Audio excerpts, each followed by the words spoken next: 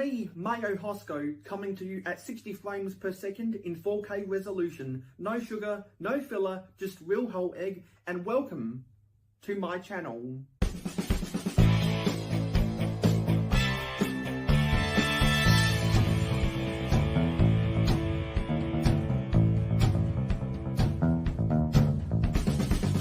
Mayohosko, it's your boy, JP. Real whole egg. Everybody say real whole egg. Real whole egg. Real whole egg. Real whole egg. There we go. Capture that, Mayo. That's for you. That's for you. Everyone say real whole egg at the same time. 1, 2, 3. Real whole egg. Sweet. I'll cap that and then add it to the intro. That's kind of fucked up though. It's a little off-centered. Real whole egg. Eggs? Oh, our timing was off, but Do we go that's slowly okay. or fast? I think that was fine. Is that fine, or do you want us to do Yes, it because slow? I actually prefer it when people do it all out of sync because that makes it more authentic. Yeah. Everyone on the panel say it at the same time. Okay. Oh, okay. What are we saying again? Real whole egg. Whole egg. Okay. 1, 2, 3. Real Whole egg. egg. Close enough. Well, if you don't mind me saying, a little bit of no sugar, no filler, a whole lot of real whole egg coming up on these Fridays. Hello, Miss Zambi here, saying real whole egg. Mayohosko channel. Go check it out. Real whole egg. There we go. I don't know what else you want. Wait, why am I... Are you talking about like what goes well with mayo? Also, how did you even come up with the name Mayohosko? Like, do you just love mayo? I don't know. Rolling into the chat, we got to give a shout out. No sugar, no filler, just real whole egg. Splat out. That's what I'm talking about. Mayohosko. 2 whoop salute, Mayo. Welcome to the jankiness. For Mayohosko, I give you a real whole egg. Wait, where did all these other eggs come from? What in the name of the Emperor is going on? Everyone make sure to send in your videos of saying real whole egg and I'll add you to the intro. Thank you. Well, hello everybody and welcome to episode 24 of Real Whole Egg. You might notice something drastically different about this setup right now. I'll give everyone a couple minutes to guess what's changed. And the first person to guess what's changed is, the first person to guess what's changed will be the first one I highlight on the screen. So take your guesses. What the hell has changed? I need to get my desk lamp.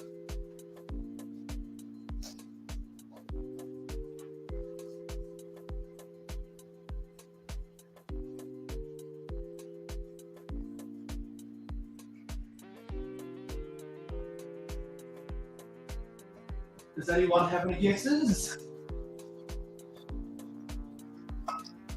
What has changed with my studio?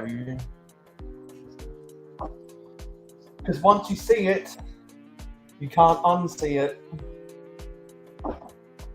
I need to plug in my lamp because what I realized on my last stream is that on a cold day like this, when there's not a lot of sun that shines through and the rain creates dark clouds overhead,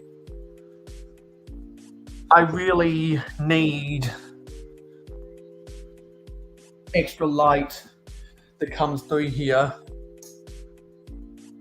Oh shit, this isn't plugged in. I need to plug in the extension cord.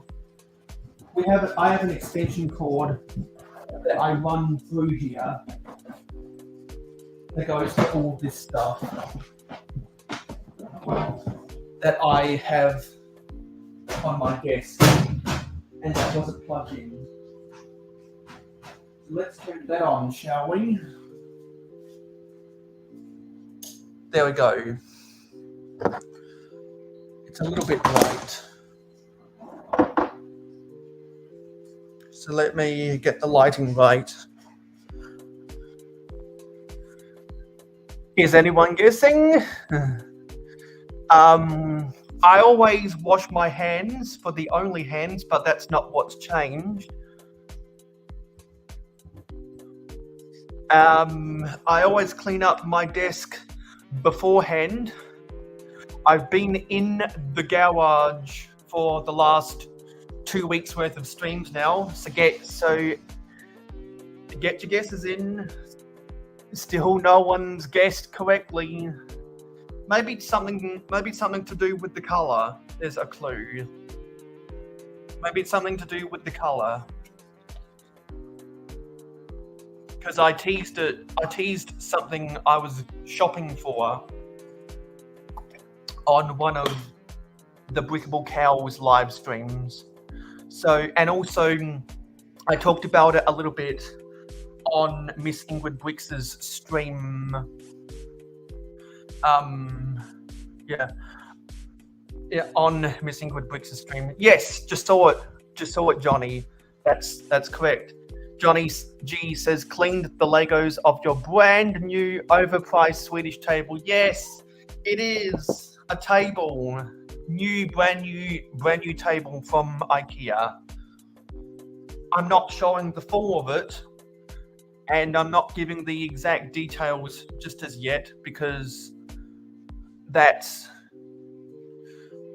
secret for my pledges on Patreon. So if you want to see other behind the scenes stuff like that, you should definitely go use the Patreon link in the description to go pledge to me. So you were the first one to guess it, Johnny. So who do we have in the chat? Obviously we have Johnny. We also have Mr. Blue, Redcoat Kyle, alternate candidate, Steve Weiser, and that's everyone so far. So yeah, I have had a little bit of an up and down week. I'm making some Lego progress, but obviously that was stunted by trying to assemble this new table. I still need way more tables. And on sometime next week, I'll release the footage. No, I'll release the images of what the table looks like in completion. It's very nice. Also, I haven't revealed this yet, but after I uploaded a video about this, which is something I built last weekend on my train stream when Macro Bricks, Scott's Blocks, and Country Bricks Build Craze were building the Orient Express. I wanted to build a powered chassis. I thought it was going to take me longer, so I ended up building a shell to go on top of it. I thought about what type of British Railways diesels would be a good fit for my second powered chassis, and I thought, why not build a Class 08? And hello Zissou and Mikey J Productions. So whenever Zissou comes in, you know what we gotta do. Paradisa, Paradisa, sun is shining all day. So I made a video about this week, and you should definitely go watch that video for more details about this. All I'll say is that it's not 100% prototypically accurate because there's only so much you can do in Lego, and also there's so much you can do in vintage Lego, and they don't make the battery boxes for either powered up or power functions with a blue casing. If they did, I would have pinched all of this in by 2 studs. But this is the best I could do, and I'm reasonably satisfied. So after this, I was thinking, well, what other types of British Railways small diesels would I want to do? So I went over the list of them on Wikipedia, and I picked out all of the small ones. By small, I mean ones that don't have bogie wheels. And I picked out the Class 7 and the Class 3, or Class 4, I can't remember which one of those, that I also want to build in the future. And then I had the idea, well, if I want to have more sidings for industry on my railway, I want to do a little bit more set dressing. Like, I want to improve upon my relatively lazy design for an octane oil refinery, which was just an octane oil tank. So I thought, you know what, I need to do much better than that. I need to do much better. And I thought one of those would be to give the octane oil refinery its own industrial locomotive, which is why I built this. It's a British Railways Class 7 that is unpowered. So you can see the difference between the powered bogie and the unpowered bogie. The unpowered bogie has these unsightly gaps in between. The powered bogie doesn't.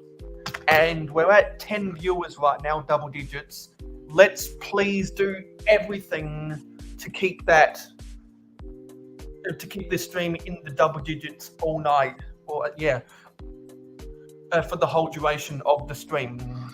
So if you have other Lego friends, well, if you have other friends that like Lego, please remember to share this stream, because if all goes well, by November 2025, I will be able to shave my mustache for Movember charities. That's my goal. I really want to shave my mustache for Movember. So I am reasonably happy with this mock because I was able to do a lot of things with it. First thing is I was able to use, if I can get it out of my inventory, this really awkward chassis design that a 4-stud wide builder would never use. So I knew I wanted to use that car chassis with the unpowered bogies of a Lego train. And so I started thinking about ways I could incorporate it into this, and then I developed a plate layer for the running board.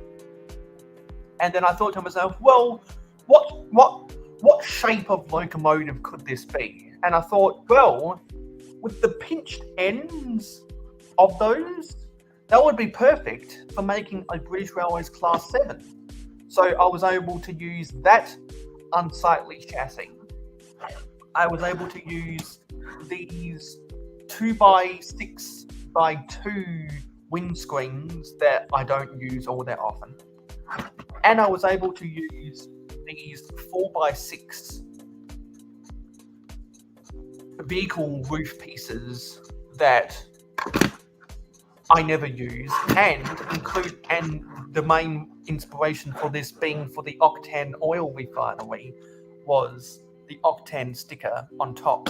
I believe this would have come from the octane tanker that was a Lego City set in 2010. I believe that's where it's from. So I'm quite happy with the way this turned out. It's unpowered, so it'll just be used for set dressing. And I thought to myself while I was building this, well, if I'm going to have some unpowered locomotives on my railway, maybe I could use them for industrial purposes that are owned by industries that the railway serves. And then locomotives that are powered will be owned by the railway itself. So this can be used for multi-purpose duties on the railway, while this can be used for set dressing sidings on the railway. So I'm happy with that. And then after that, I was thinking to myself, what other kind of specialized pieces do I still have in my inventory? And then I remembered I had some pieces for building forklifts. And I was like, well, you know what? I should probably develop a standard design for a compact forklift. Lego has done forklifts for as long as I can remember, and they've gone through 3 different types of forklift forks. The original one was for the 4 wide scale that had the spring. Then they introduced one that was both used for 4 wide and 6 wide forklifts that had the spring. And then they changed to what we know now, which is instead of the spring, because the spring used to break all the time, they changed it to a rubber band so it would be more stable. That's why I came up with this. And I made 2 of them. I have a bunch of different forklifts, including vintage forklifts in my city, but I wanted to come up with a standard design for forklifts, because if I'm going to come up with a standard design for cars, why not do the same thing with other stuff like forklifts or lorries or taxis and other vehicles like that? Why not? Yeah, so just stuff like that, which is why I came up with this. And it's on, all the chassis is a 2x6 plate with these wider axles underneath, the same wheel as what is present on my SUV. It's the same wheel. So I think that's going to look good.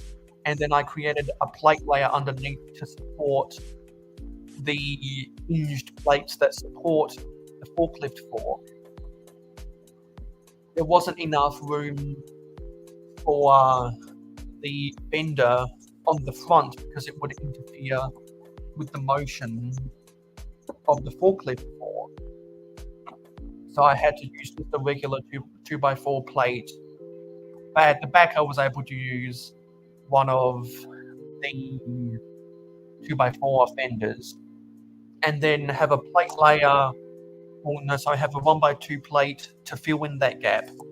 Put the Z-axis clips above to hold the fork, to hold the roll cage, and then the controls be 2 simple joystick antennas.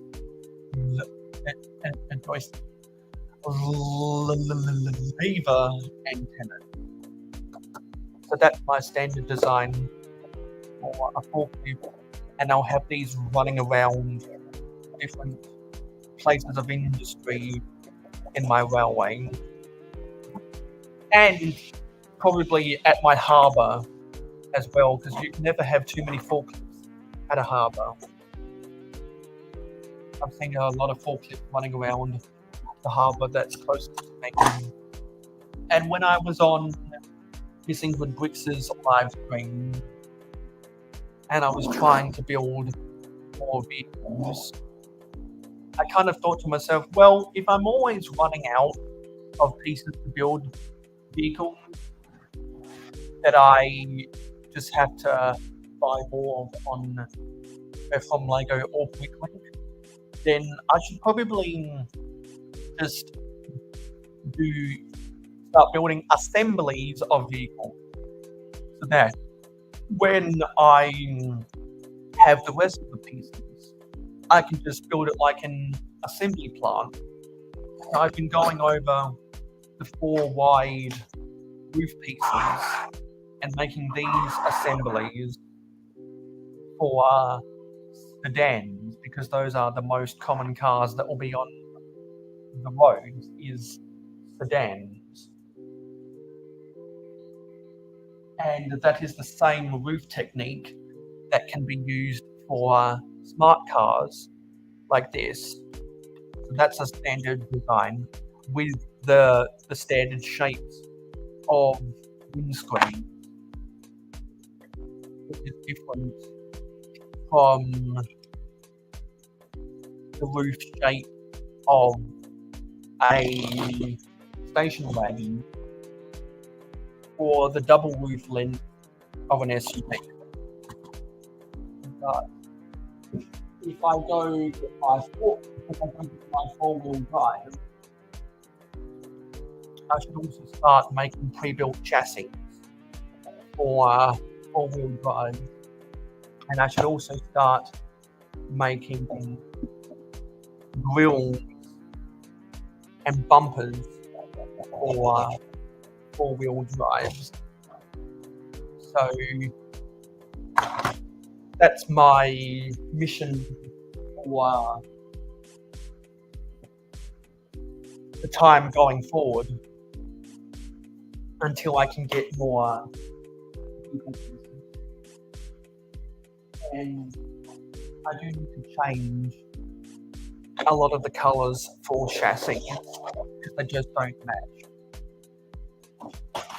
I'm running out of all different types of pieces.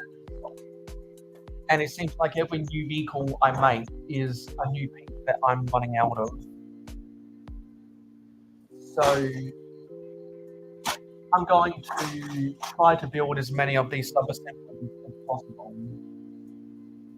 And I trust all of my subscribers to be sensible people. So if you want to come join the panel, there is the invitation in the comments, and we can have some fun together. Talk about whatever you want to talk about.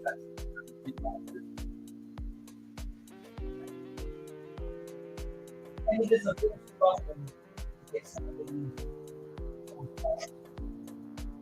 It is a good struggle. There's no car in the garage for the weekend, so I can freely roll around on my computer. And I'm still on my alternate account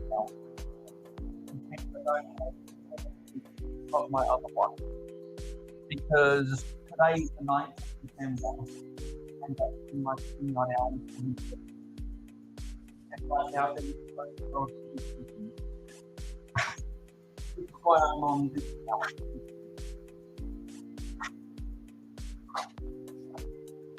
And I have a whole bunch of drawers on my table for building the vehicles that I've just kept on building. And I decided that it's not worth putting them away if I'm just going to keep on using them. So I'll just keep them here so that I don't have to travel as far.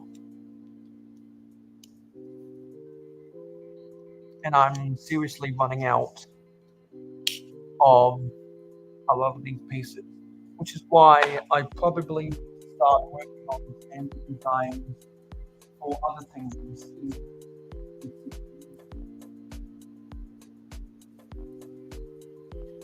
And actually, what I want to do eventually is repair a lot of the vehicles that have gotten destroyed over the years. There is a pinned comment that has a link to join the panel. There is a pinned comment.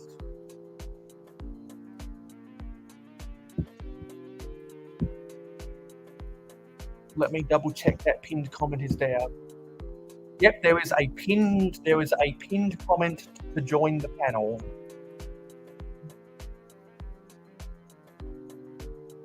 Vintage Lego is awesome. I need to see what other kind of roof pieces I have, because it probably thinks that to build roof pieces or to build the roof assembly. And I don't have a few of them right now. I have had to get creative in the past, which is why a lot of my vehicles have white built roofs, and I want to get away from that because this doesn't look as good. And I can modernize my fleet of vehicles so that they look better, because a lot of my designs in the past have looked really ugly, which is why I need to take a lot of my ugly vehicles and destroy them so they can be repurposed into better looking vehicles. And I've used this brick separator more times than I can remember over the past month now, because of all of the vehicles I've been making and the vehicles I've destroyed that require needing to pull apart some of this stuff.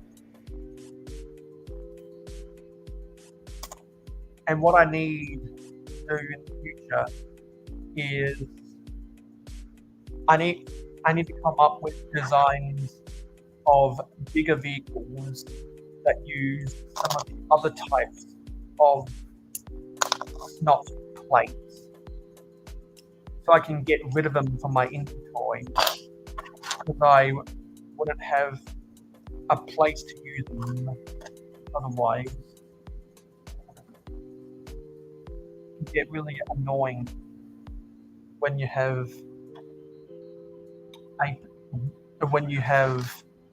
a Lego element that you don't know what to use, and therefore it takes up a lot of space in your inventory because you don't end up using it.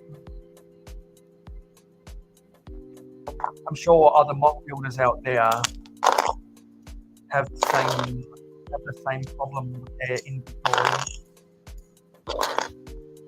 It's in the pinned comment.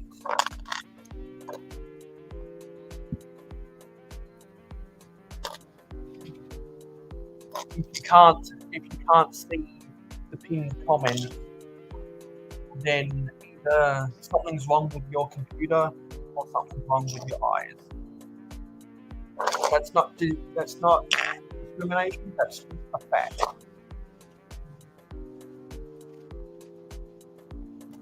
So I need to get the off-roady wheels, because I have a lot of these 4x12 chassis that will be used for four-wheel drive, that I want to keep making those chassis just to get them out of my inventory. And we do have someone backstage. It is Kyle. Hey, Kyle. What's going on, Mayo? What's up? What's up? Yeah, my phone was being weird. Oop, as I knock over macro. I see some lighting. Oh, yes, there is some new lighting. Let there be light.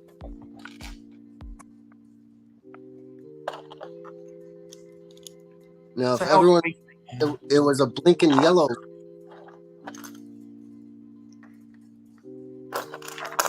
So how's your week been? It's good. Have you done anything Lego related? Just putting in these lights. Seems like you're always putting in lights. What was that? Sorry, I was being talked Seems to. like you're always putting in lights. Yeah. Either having to put in new ones or replacing some. And it seems like I'm always. It seems like I'm always building vehicles. I'm starting to get vehicle fatigue. Yeah, that one. Hey Dave. Hey Dave. I saw that Dave was building a replicable model with three of the noodle shops. So we're on his Instagram stories.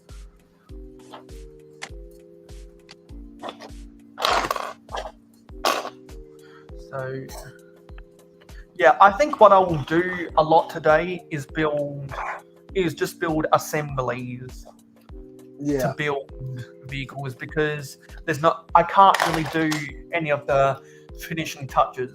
I'm just glad that I've developed the prototypes I need for the different passenger vehicles. Yeah. That I can use to go copy paste, copy paste, copy paste. Yeah, it works though. And I've been talking that I need to build a makeshift auto assembly plant. So doing all this would be fit for purpose.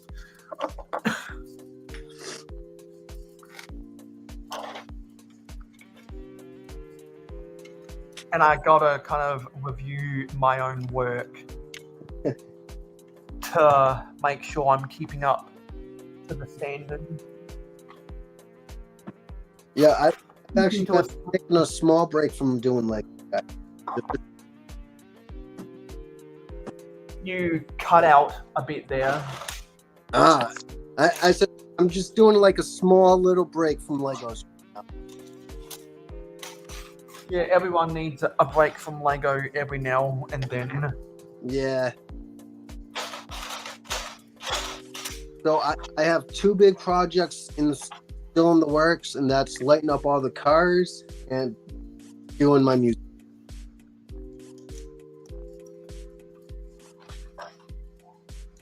So, are you going to try and put lights into the headlights or something?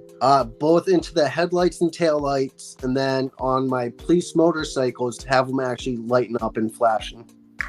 Nice, so that the sirens can shine up. Yep. So perfect example for two motorcycles right here.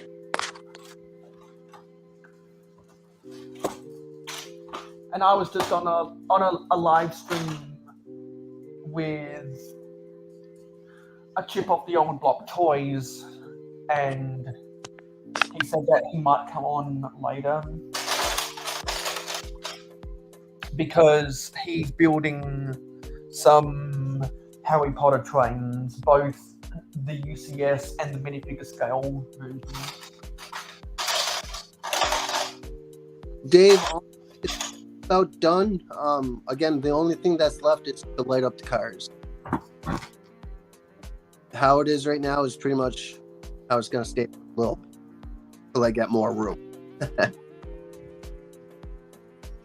And so something else I'm thinking about ways to use these chassis is I want to create some rolling stock. Maybe I can use these as chassis for Octane tankers on my railway or something.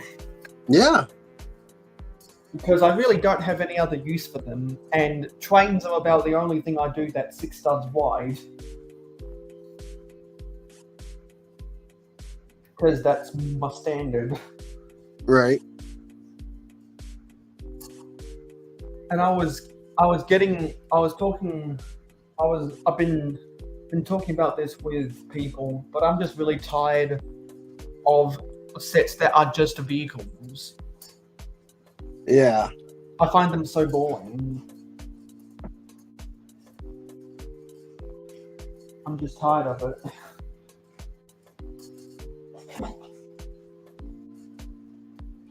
And you know what? Now that I have the proper color, I can do some maintenance of existing vehicles I've already made. So I'm going to change this white roof piece for a black roof piece. And then I need to remove this plate underneath here. Whoa, that just collapsed. Oh. I hate it when these pieces drop to the ground.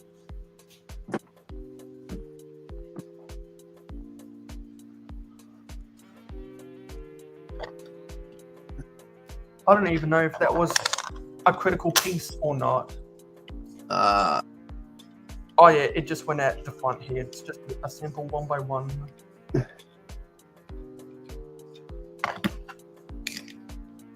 Because that looks so much better now, with a black roof on it. Oh yes. Rather than a white roof. So I'll replace this with a white one. Actually no, my white 1x2s are over here somewhere.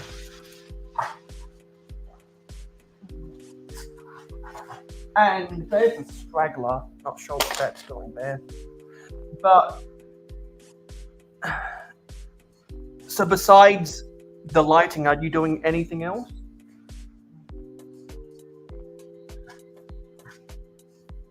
Are you there? Hello? Yeah, sorry, I had to mute myself real quick. Had to blow my nose. And I'm sure no one wants that. Are you doing anything else? I've actually gone back into doing model aircraft again. Oh no. What brand? I use Airfix. It's a pretty big company in Europe and in the US. I do 1/72nd scale World War II aircraft. I've built small-scale FX planes before. They're decent quality. Oh, yes. And I mean, I do them. A lot of people won't like all of my planes, but I do them to replicate the aircraft. So any insignia that was on an aircraft at that certain time is on my actual aircraft that I've redone.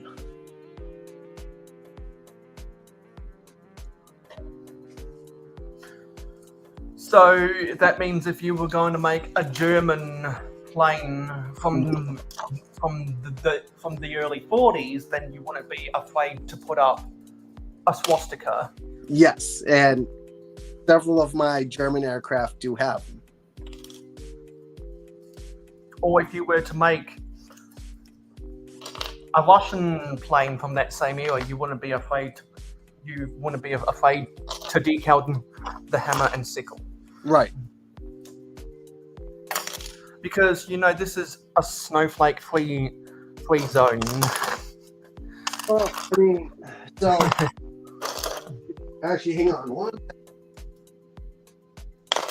It's not a German. We won't have any of the horrific, I guess, if you want to call it that, insignias. But instead, it's a Japanese 0.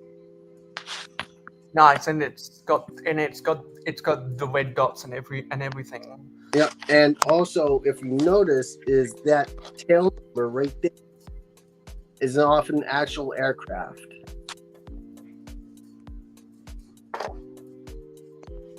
So, I mean, I try and do research while I'm doing this. This would have been actual aircraft that would have been used by an actual person. And I'm trying to see if there's any 1x1 plates. No, sorry, any 1x2 plates I can cannibalize from vehicles I'm not using anymore. Because I think I've run out of those pieces too.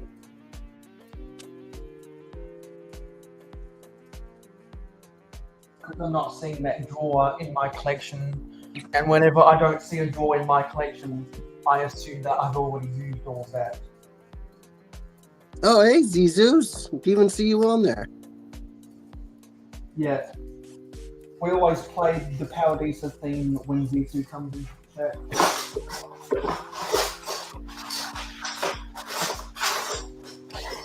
But right now, I'm on my alternate StreamYard account, so I don't have everything available to me right now. Is there anything I can cannibalize?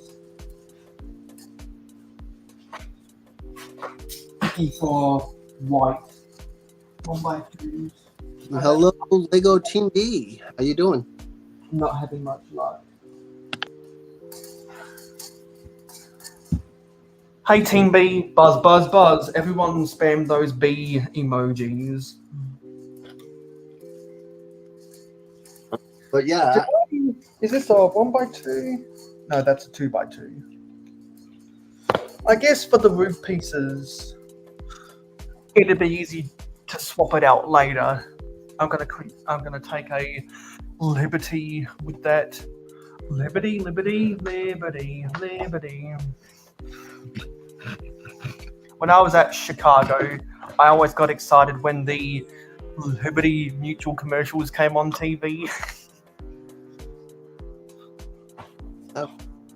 They just Because it's such a catchy commercial. Oh yeah.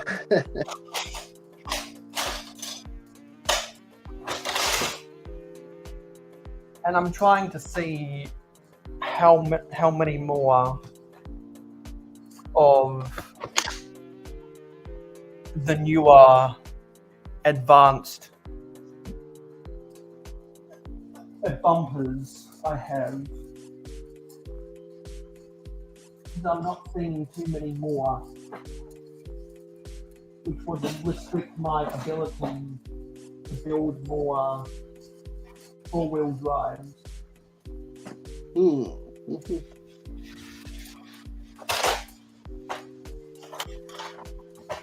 I'm not seeing as much in my inventory now.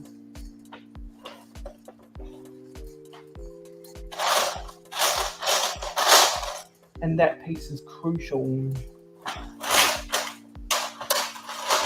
for building four-wheel drives. And so something I do want to say is that because I'm in a difficult spot right now, I'm going to be taking a vacation from Twitch until the New Year's. So while I'm not online on Twitch, I'm going to be working on something with my friends in our Minecraft server.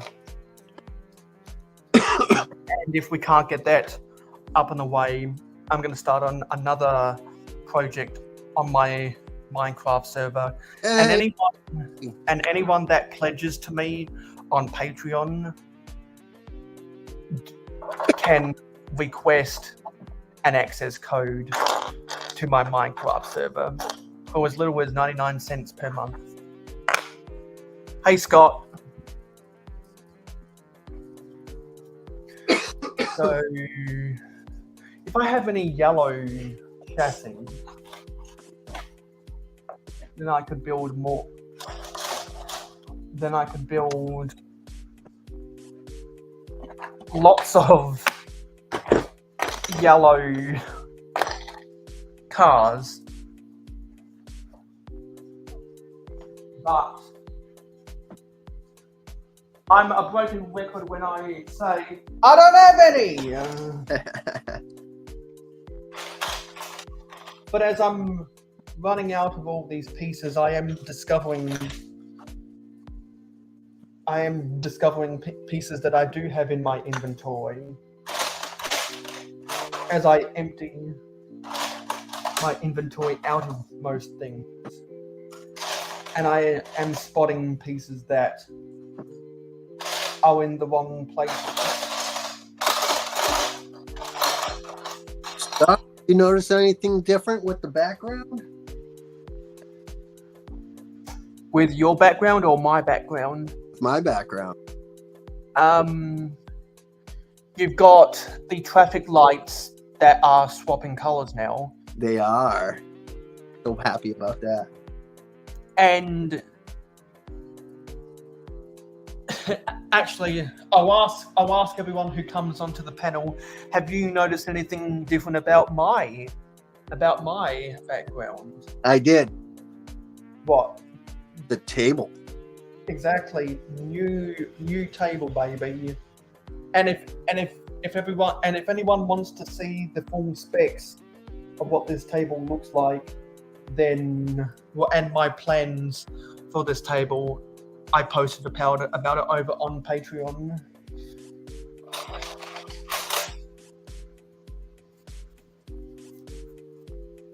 And something I've been thinking is, since I am into the nitty-gritty, and I'm seeing a lot more of the helicopter windscreens, I probably do need to come up with a standard design for helicopters too. One thing my city is missing as well is helicopters.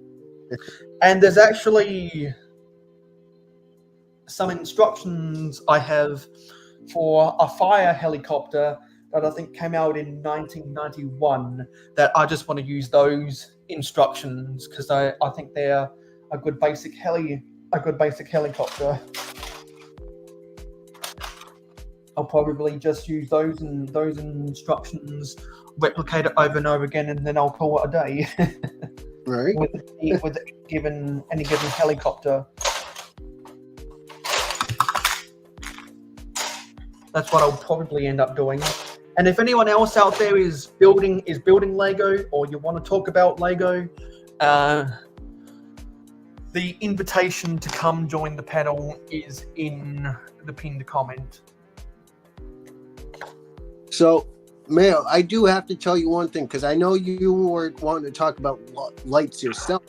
Yes, let's talk about lights. The hardest thing to do, and I recommend this to anyone that is actually wanting to light up, any buildings or roads or anything like that, is when you have your basic base plate down, figure out where you want the roads to go first, line it with your lights, and then put the road on top of the wires. Now, unfortunately, I didn't follow that with these new lights because, I had to have it travel 2 road sections across 2 different base plates and underneath 2 rows of railroad tracks. That was fun to do. Not real. Well, the reason why I wanted to talk about lights is because, one, I know that you like to talk about lights, and 2, I found something on Temu that I want to try out. They're very cheap studio lights, and I want to see if they'll be good enough for my city, because the biggest problem with this garage is the lighting could be much better, because there's only a single light in here. Right. And my desk lamp provides a whole lot more light. Because if I turn this off, my table looks so it just looks so different. Yeah, it looks extremely dark. And actually, I just remembered I have a bag of these black 2x4 fenders, so I'm gonna replace them like right now on some of these passenger cars. But yeah, I mean, if you're, thinking of lighting up buildings and stuff, I always try and hide my wires the best I can. Obviously, you're gonna have times where wires do show. It's And there just are some, try and hide them. and there are some skilled enough builders where they can actually use the wires that go to the lighting package inside of their buildings. They can disguise those wires as power lines running through their city. Those are really skilled. I really like those. And they do that in model trains all the time. They actually run their wires to wire up stuff to wire up models on their layouts. They disguise them as telephone lines, which I think is really a meta.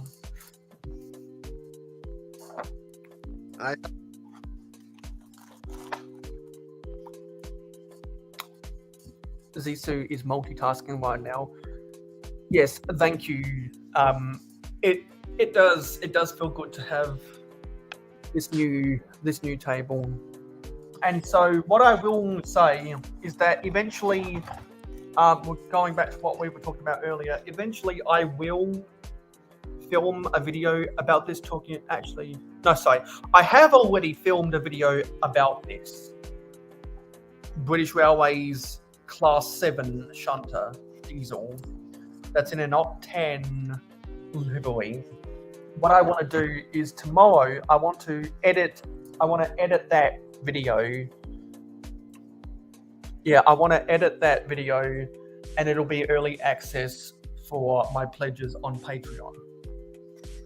So Dave just wrote down Bearded Bricks gave up on his lights, lighting up his castle because of all the exposed wires. Now, a couple of ways around that is if you built up the castle like on an elevation point. Obviously, you're gonna do mills. You can run wires underneath mills. It doesn't take a lot to hide wire. All of my system is on a mill's plates, and I run my wires through them. The best I can. There's certain little spots here and there that, yes, there are wires that do show, but there's only so much you can do with hiding them. Perfect example, I wouldn't give up on my lights because, where is it? Right here. You can see wires going up into this light. That's not the reason to give up on your lights. Or one of my favorites is this camera person, but you can see the wires still. That to me is okay.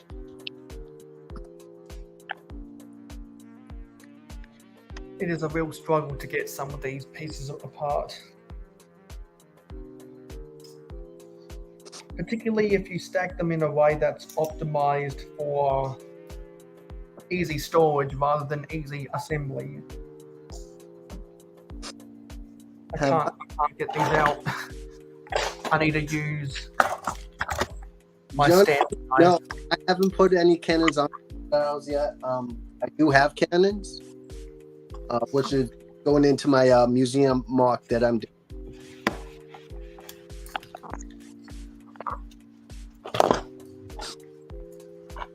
Yeah, because there's a lot of historical stuff you're going to be putting into your museum. Yes. Now I don't need to build a museum because Lego's going to come out with a museum. I'm still doing my museum. My museum is outrageously huge, but worth it. Because originally I was going to do something that's similar architecture to the Lego City Museum. Yep. That came out in either 2013 or 2014. I can't remember its exact year. But now I don't have to because I'll buy the modular because I collect I collect most of the straight buildings. That's a question for you, Kyle. Yes, they are. They are from Bevan's Bricks. And have him on Instagram, and I told him exactly what I thought of them. They're absolutely amazing.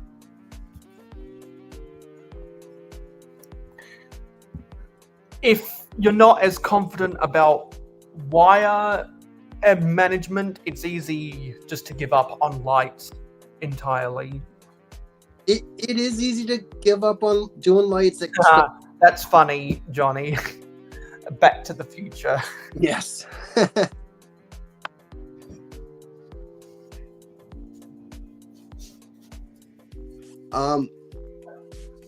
Also, another one of my projects is lighting up the railroad crossing signal, and I'm going to use Daryl's or Bevan's lights for that too, as well.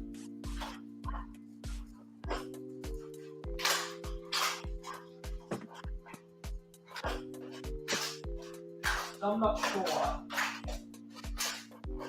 if I still have the headlight wicks I need.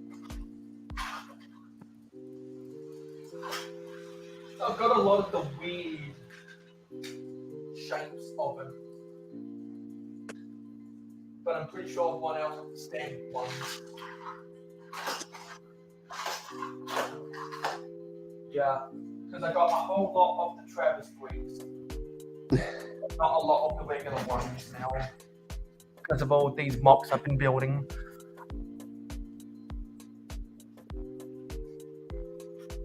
So yeah, can't make any more progress from there. Yeah. No, I love these lights. They're amazing with the functionality. They look just as great when the lights are off.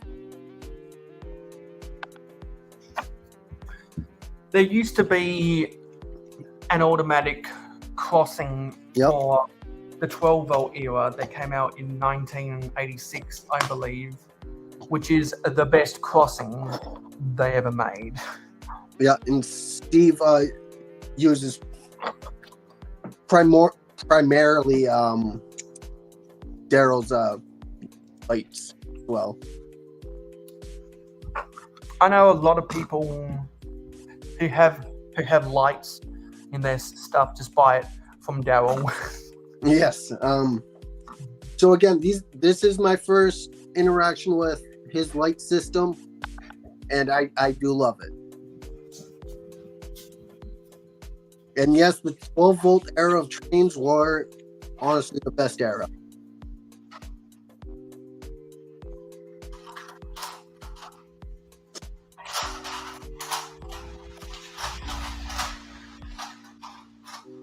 And Gotti, I'm pretty sure you could also make working crossing train signals and everything too.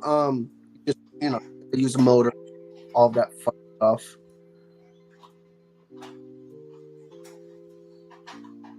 The reason why the 12-volt trains are the best era of Lego trains because Lego honestly gave a shit. I'm sorry for the cussing, but it's true. Oh, we're allowed to swear a fucking shit ton here.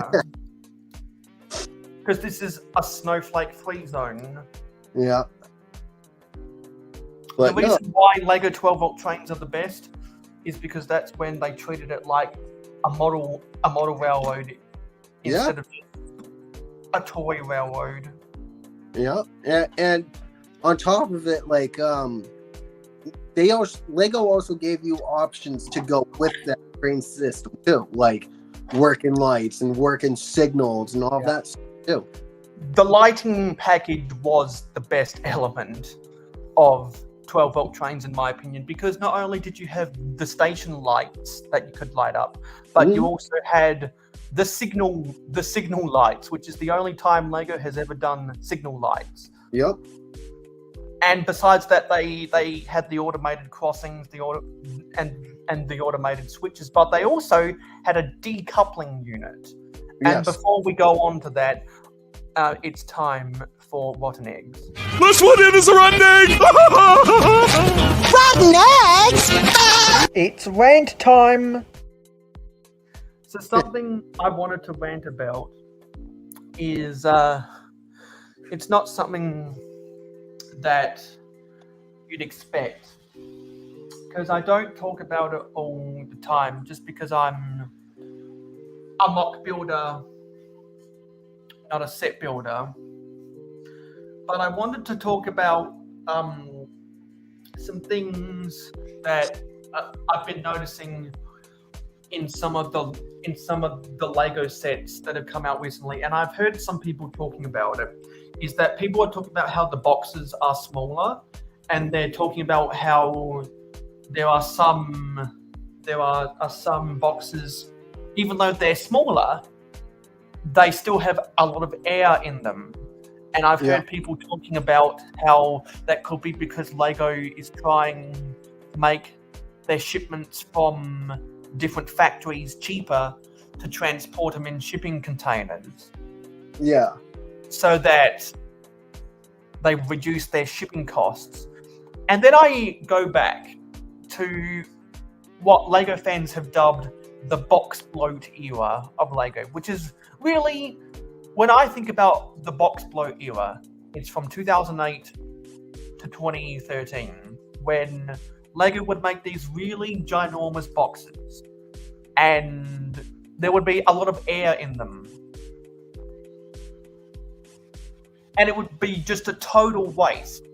And it really grinds my gears when Lego tries to put out all of these claims of ways they're trying to save the planet. I know that's a contentious phrase, save the planet.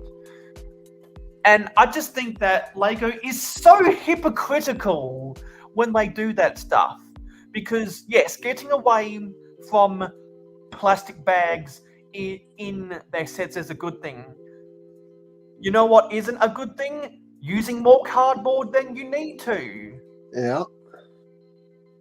So it just annoys me that whenever Lego does something, whenever they take one step forward, they always take one step backwards. They solve one problem, they introduce a new problem. They solve that problem, they introduce a new problem. They solve that problem, they introduce a new problem, and it just keeps on going round and round and round and round and round, where Lego is in a permanent stagnation of always getting something wrong. Yep. They somehow, either at the production level, the operation level, the distribution level, the research level, the sales level, somehow they always manage to get something wrong. And I've been hearing people really praising Lego for their integration into Fortnite, but I've also saw a lot of people joking, Lego has been able to get themselves involved with Fortnite, maybe they should use those resources to fix their website. And that leads me on to something else, specifically about the Lego Fortnite. 5 years too late, Lego. So not only do you always create new problems for yourself, which the fans and the customers pay for, because we cover the cost when Lego ever makes an error with something they do, because that's why certain sets are overpriced. Why do you think Lego has the best customer service in the world? Is because they're always making mistakes. Yep. And they are quick to acknowledge when they make a mistake. because that's what their reputation is built upon, covering, making up for lost time, so to speak. And it just really bugs me that Lego spends all of that time doing all of that shit instead of just getting it right in the first place. Oh, absolutely. It seems like a lot of unnecessary bureaucracy that's a self-inflicted wound, and it's just something that's been on my mind as people are talking about Lego Fortnite, because people are making those arguments, and it's just another classic rant where the final 3 words I can say is "Do better, Lego," and that is my rant. This one is a rotten egg! Rotten eggs! It's rant time! There we go. What does everyone think about that? What's your opinion? I agree with you 100% on that one, man. And Scott says, for real, Mayo, the Fortnite hype train is over. The Fortnite hype train ended 4 years ago. Yeah. I never even got into Fortnite, to be honest with you. I didn't either. Because I was always more interested in mobile gaming or Minecraft. Yeah. Yeah, Trix Bricks and 40 Bricks are probably the 2 best 3D printed companies on the market. Yeah. As far as Lego trains go. And I can imagine Scott would be one of their customers. It is the best era. I try not to patronize Lego video games, which is why I've never bought a single video game from them. I've got other video games that need more attention. Exactly. Let's get that hashtag trending, everybody. Do better, Lego. Scott says, what's funny is I never cared about Fortnite till Lego got involved. Yeah. And now I've actually talked with some people who, because of Lego Fortnite, want to get into Fortnite now. Oh, jeez, come on. But more so because their children play Fortnite. And I've told them, well, if you are going to get into Fortnite, the best way to not get addicted to it is only to play when your kids play. Because if you play solo, then you'll go down the rabbit hole. Right? And I don't want to go down the rabbit hole, which is why I've never played it. I've gotten down plenty of other video game rabbit holes. I don't need another video game rabbit hole to go down.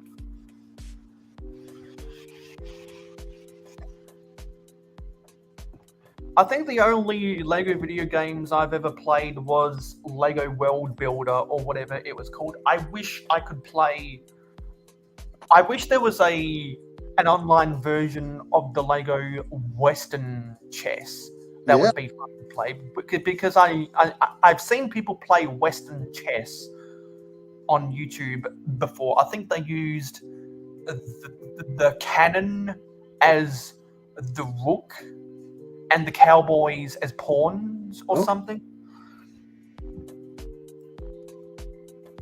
I know that if Lego ever made a Zelda set, Zissou would be the first one to buy a Lego Zelda set. They're always coming out with Lego Zelda ideas projects, but they never go through.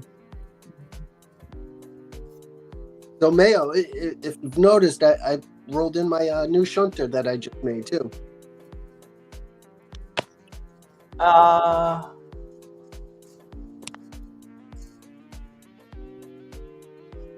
yeah, it is a train. From that angle, it almost looked like a big rig, but no, it's a shunter. So what methodology of power does it have? None. It's a push. So it's a static shunter like the one I built. Yep. Unfortunately, fit any. So do you have a siding? Do you have a siding you'll use it in for set dressing? Yeah, right here for now. So it's going to be in the siding next to the train shed. Yep. Nice. Mikey J was just playing Lego Fortnite. Good night, Steve. Thanks. Good night, Steve. Thanks for coming out. Don't forget to leave a like, everyone, before you get on out of here. Because without people smashing that like button, then this channel will die.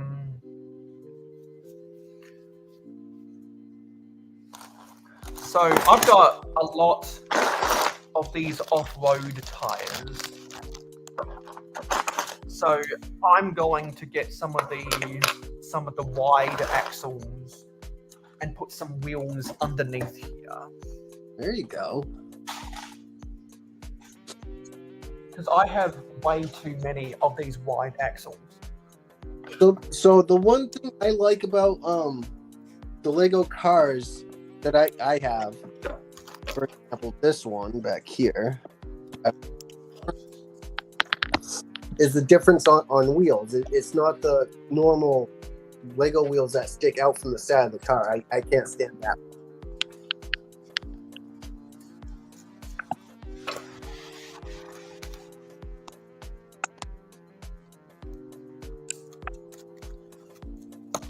So I'm just going to put these wheels on so I can test the rolling ability. Yeah, that rolls well. For whatever reason, on this other four-wheel drive, I had to lift it up. Why? No, I see why. Maybe it's because I don't have those on yet. Okay, I need to test that. It's because I don't have those special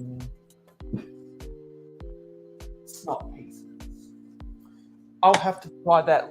I'll have to try them later. But that should. I'm not sure why I was having problems with those going down. I'm not sure why I'd have those problems. Hello, Brick Hive. Buzz, buzz, buzz. I see that you're going to do another one of your Hive streams at midnight. And if I had 1,000 subscribers right now, every time Brick Hive does a midnight Hive stream, I would go redirect like crazy.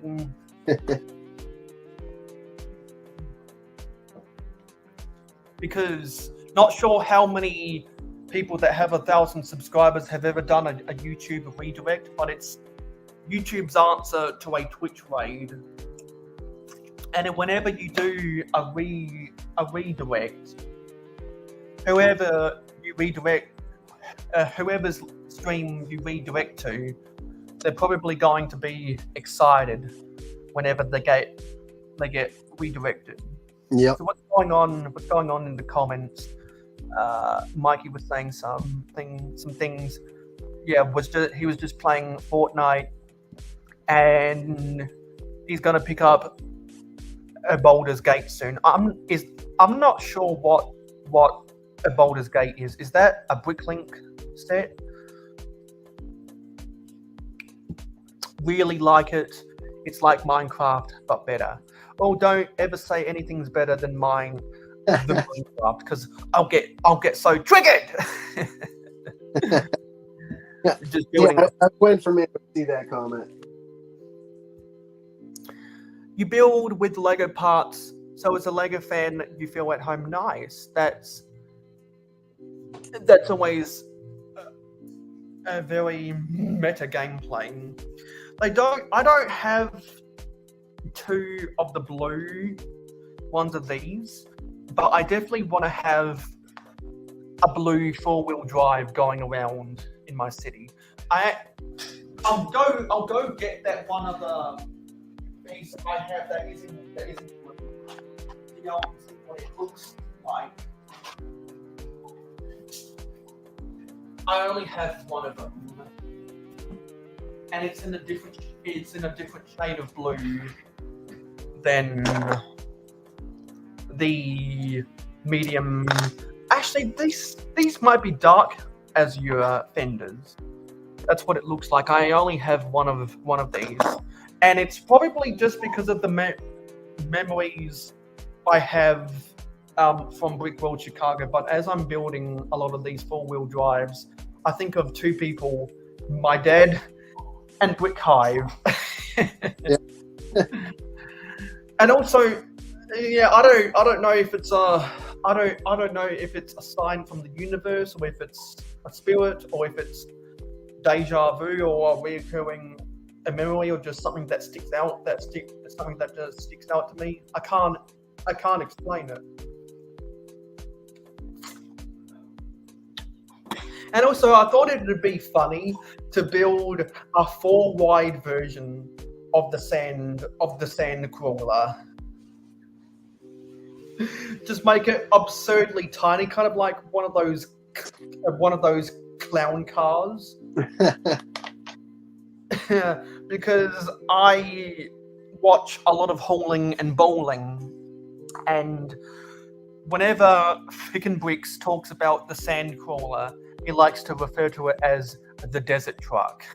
So I thought it'd be funny to build a 4-wide sand crawler at probably the same size as one of my four-wheel drives. So if I ever got my hands on one of the Jawas, it would be a micro version of the sand crawler that can have just one Jawa in it. I think that'd be fun. Like if I ever bought a bulk lot and it had a Jawa in it. Yeah. I do actually have some pieces, the head gear piece that the Jawas use in other colours. Mm. So I could always try and make a non-brown monochromatic Jawa if I really wanted to get the right scale. But I think that'd be funny in the future. I'm trying to come up with a lot of references to different stuff that I want to put in Mayo City 3.0.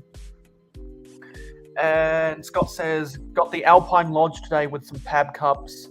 Now a second copy of the GWPs. Nice, because I have 2 lots of last month's GWPs, and we have from Blocks to Mox. Hey RC, if anyone out there wants to come onto the panel, the link is in the pinned comment. If you want to talk about Lego or another pressing issue, it's available for you. Hey, Blocks to Mox. And I've been thinking about how from Blocks to Mox installed a TV in his Lego room so that he can watch stuff while building at his tables. And that got me thinking, I know I've said this before, but with those white shelves over there, that would be a good place to put my TV, to move my TV that has a Chromecast, so that when I'm building stuff on the city tables, I can turn around and watch something on the TV, whether it be, or listen to something on the TV, whether it's a podcast, or whether it's a live stream, or whether it's a sports game. Hey, my TV is right next to me, so. Yeah. So this is a better look at my new table. I debuted this on Ingrid Wynn's stream. It's a clean white table, and since I don't have enough pieces to build complete vehicles, I'm going down the auto assembly route and making segments of vehicles so that when I do get the pieces, I can take standard parts plug them all together, and then I can roll out cars out of the assembly plant like bang, bang, bang, bang, bang. Yeah. And that's what I talked about in the video that I'm going to be uploading on Monday, because which is right now early access to my pledges on Patreon, is that by coming up with standard designs for stuff, you can make just segments of vehicles without building a complete vehicle at once.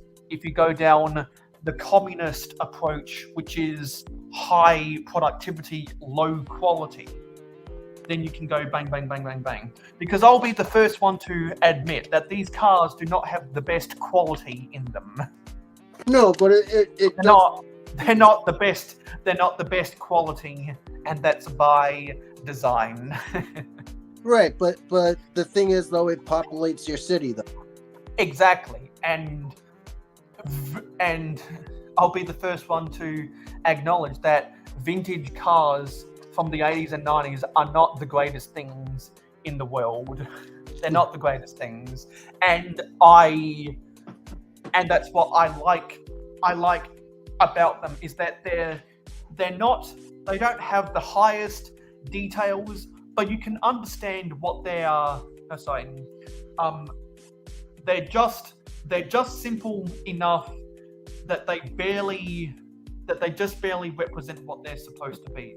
And Right. That is why vintage Lego is good and modern Lego is not. Because modern Lego tries to cram in as much detail as possible, really, really high quality builds, but it just takes away some of the charm. It's kind of like when they upgraded the Speed Champions from 6 wide to 8 wide.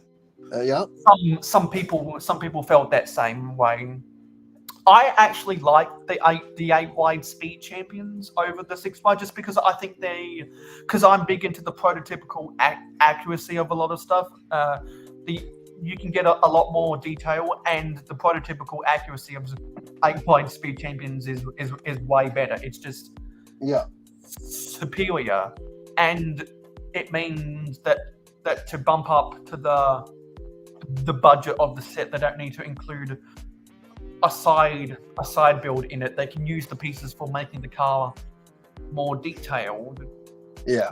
That's probably one of the only examples where I prefer the higher cost for the higher detail. When it comes to most other modern Lego, that's not the case. Well, I can't really speak on the Speed Champions as to I only have one. Hey, Danny. Danny. I don't own a single Speed Champions because I will not buy a Speed Champions until they make a Speed Champions version of either the Volkswagen Beetle or the Ferrari F40. They made a Ferrari F40 competition, but I just want a standard Ferrari F40, please. Yeah. Come on, Lego. You've made a lot of really good Ferrari Speed Champions. Please, in 2024, for the 10-year anniversary of the Creator Expert Ferrari F40, make a Speed Champions Ferrari F40. Please, please, please, please, please. Because as far as Lego cars go, the Volkswagen stuff is my favorite. But as far as Speed Champions go, the Ferrari stuff is my favorite. Even though I'm not a Ferrari fan in Formula One, I'm a Red Bull fan in Formula One. I just think that the Ferrari Speed Champions, out of all of the manufacturers that they've made, just are the beautiful. Because I know that there will be people that say that the Speed Champions Lamborghinis are really good designs, but I'll still say Ferrari. Dave says, what's your thoughts on the 2024 Creator Animal sets? I haven't seen many pictures of them, but from what I've seen, I think they look better than some of the others. I think the best one I've seen was the Peacock. And I think it would be fun if someone built that Peacock and made and made an NBC promo using that Lego Peacock. Like, probably what I'd like to see someone do is someone buy the new Creator 3-in-1 Peacock set and make the NBC promo that says, NBC welcomes you to this presentation of the National Football League. Use the Creator Peacock in that, send it to me, and I will cherish you forever.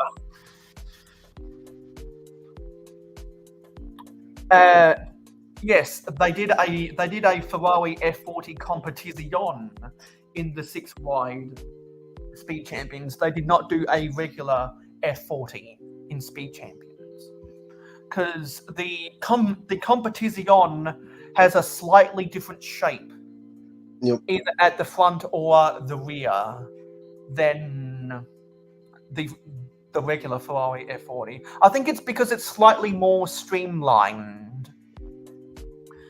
And Johnny says, what's your thoughts on the Lego Islander sets Snowflake Free Zone? Yes.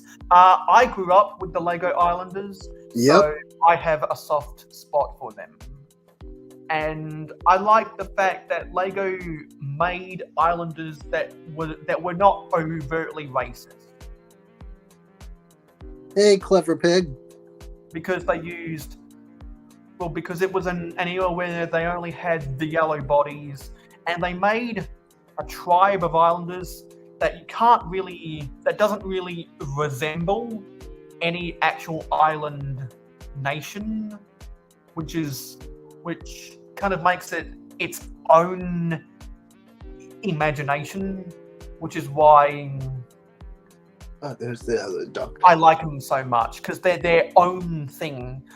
A bunch of the collectible minifigure Islanders are more based on traditional island tribes, which I know that some snowflakes will get into a hissy fit about. Mikey says, I have a laundry list of cars I want Speed Champions to do.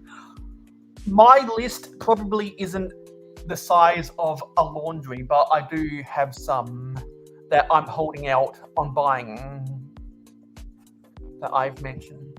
Good night, Steve. Have a bunch good of night. those cars. You know, if Lego made, I'm not sure if Lego Speed Champions has ever done a Corvette. That would be pretty cool if they did. Because the Corvette is, well, I think they did do a Camaro. They did a Charger as well. Yeah, because I think it was a two pack with the Camaro and a Charger. Yeah, they did. Sorry, a Camaro and a Charger. But if they came out with a Corvette in Speed Champions, I'd buy it. I just didn't. The reason why I didn't really like the Corvette GWP is because I just didn't like the use of the surfboards as the doors. I wasn't crazy about that. Hello, Clever Pig. And Steve's back. I like to see a Speed Champions version of an Australian Ford Falcon. I know so many people that would go gangbusters for that, and those are the same types of people that went gangbusters for the Nissan Skyline.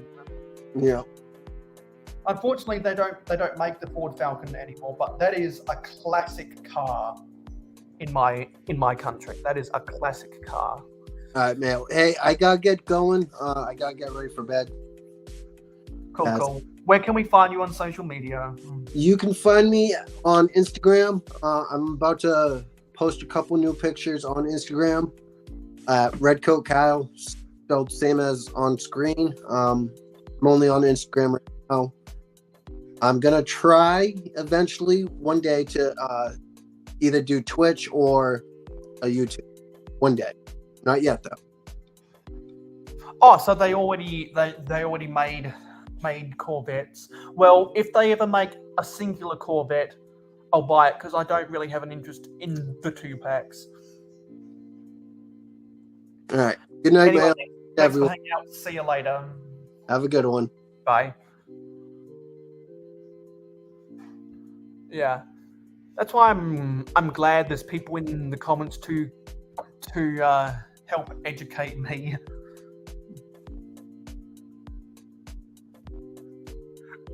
Yeah, the mayohosko stream come for the education. Nah.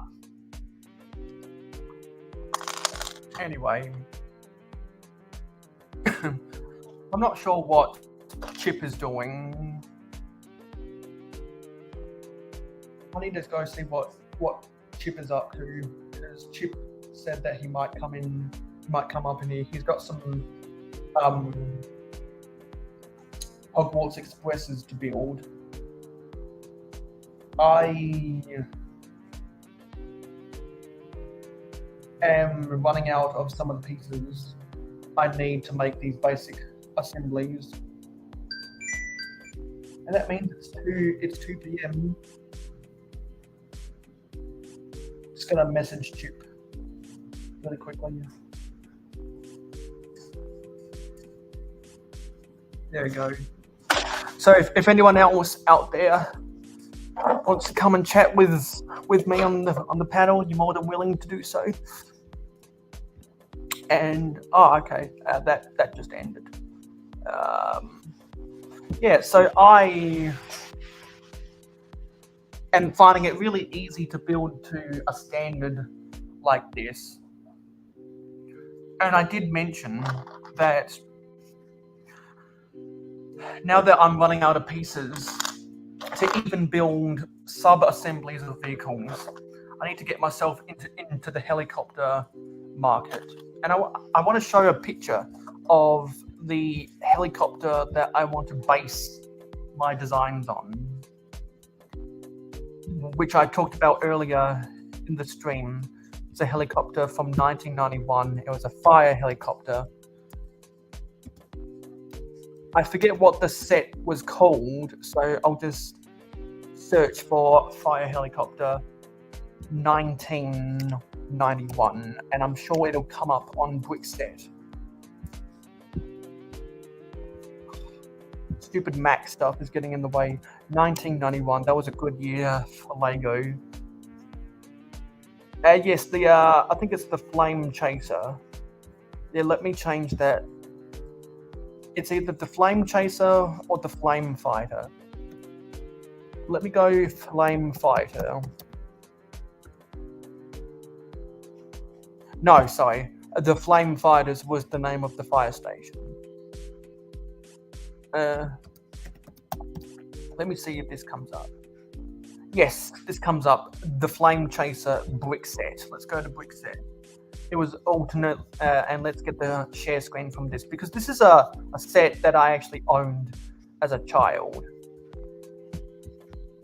I inherited it from my brother, so let's share this bad boy, shall we? Let's share this thing.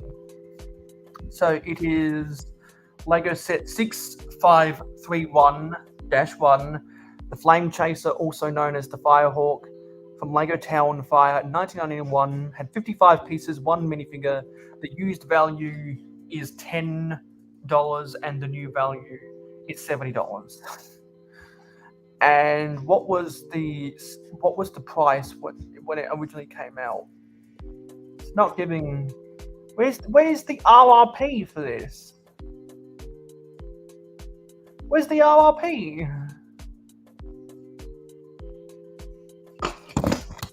I'm not seeing an RRP. But I'm guessing this would have been a $5 set back then. That's weird. Normally, you see an RRP on these Brickset listings, but for once, I'm not seeing an RRP. That's weird.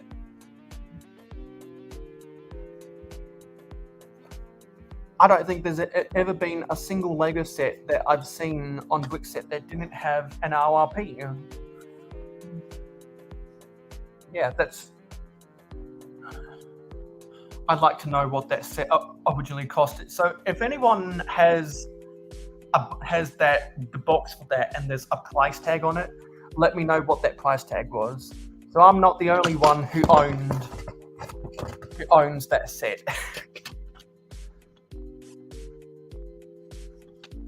Yeah, I'm not the only one. So,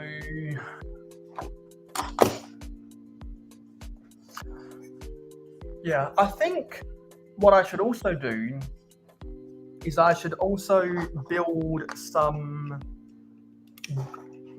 cabin assemblies for my four-wheel drives, because it would be useful to use the wind to get out pieces for the windscreen I need to use to build these things. Because the four-wheel drives are the only vehicles I use in my city that have or that use the modern style windscreens.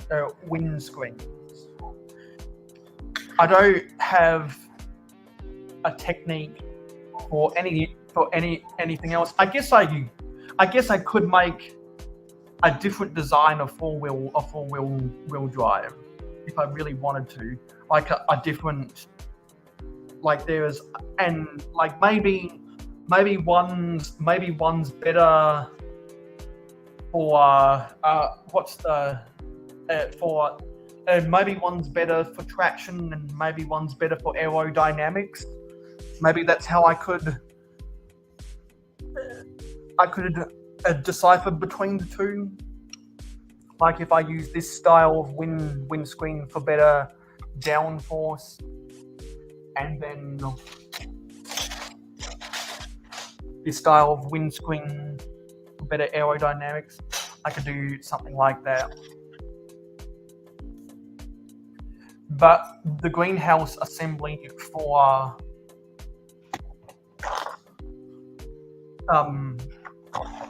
these four-wheel drives is simply one of these double-length roof pieces, one of those modern windscreens.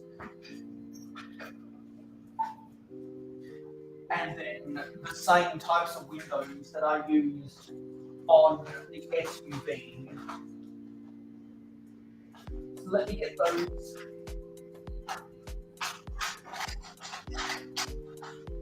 And it gets really difficult when you run out of those pieces as well. Which is why I should see if I have this type of window in a trans light blue.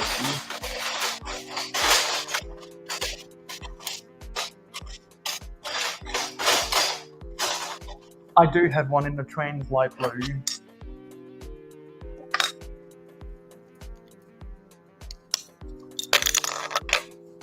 And obviously I will not actually be using the pink versions of these double roof pieces. That's just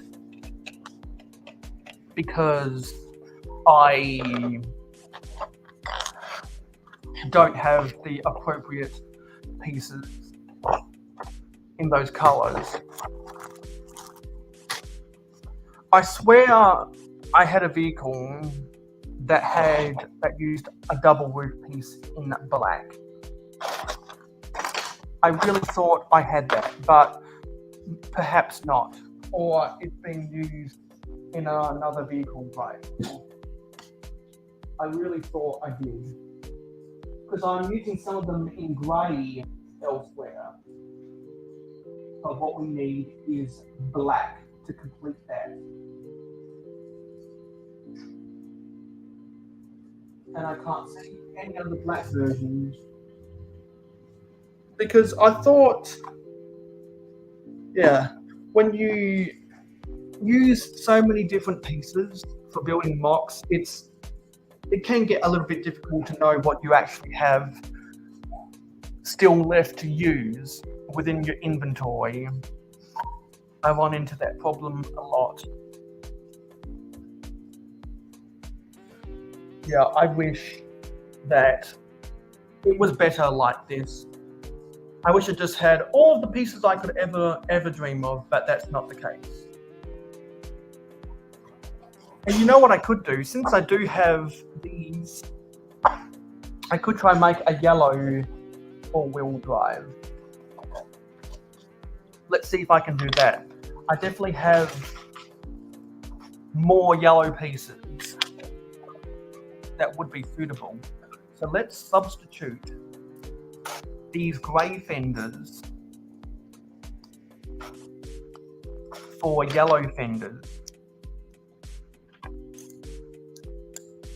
And let's test out these wheels to make sure if they are compatible. Because I had a little bit more difficulty with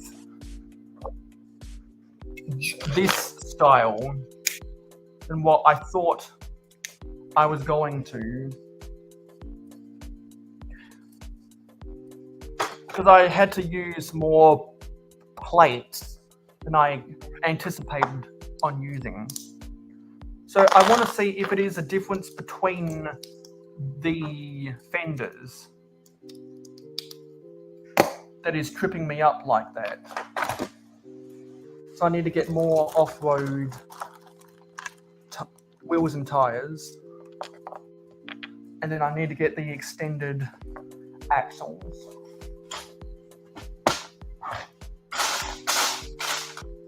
Let's use, actually no.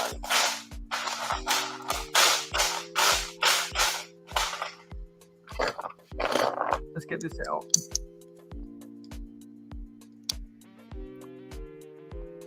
I want to see if it's going to catch. Yeah, so that doesn't catch. It doesn't catch like that. Maybe the problem I was having was with the modified 1x4 plates that have the inverted slopes. Maybe that was the problem. I want to test that.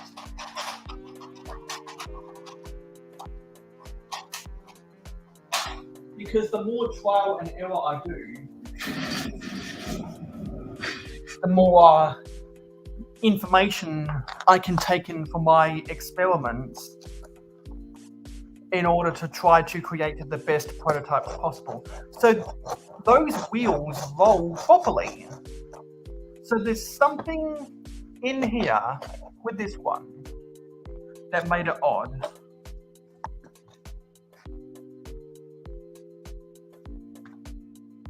Because I had to use two 2x2 plates to get this right.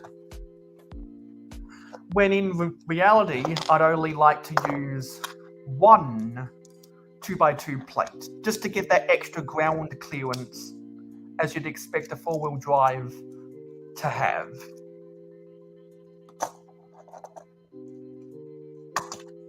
Because when I compare the SUV and this type of four-wheel drive, the four-wheel drive, when you put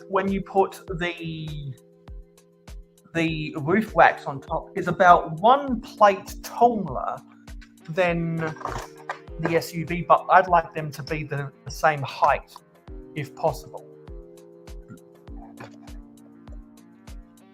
So if I keep on building this, maybe I'll find why, or maybe I'll diagnose the problem of why that needed to be extra height for whatever reason.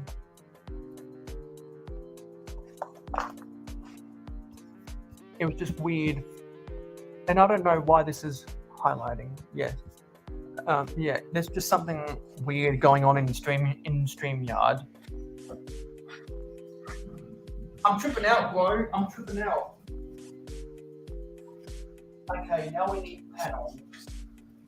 Because with the four-wheel drives are the only vehicles I have in my city where they're the only passenger cars, excuse me, I'll allow myself to use the wall, to use the panels instead of car doors. Because that's the most appropriate place if I'm going to have a vehicle that big.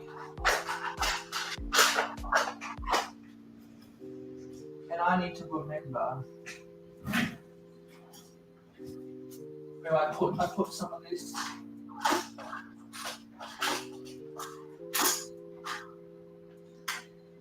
And sadly, I've only got taxi stickers. I've only got taxi versions of those.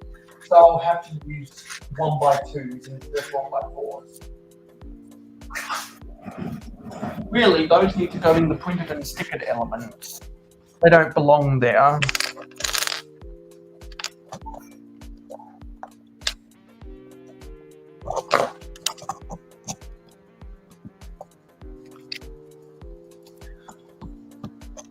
And I do want to, I do need to ask some honest questions.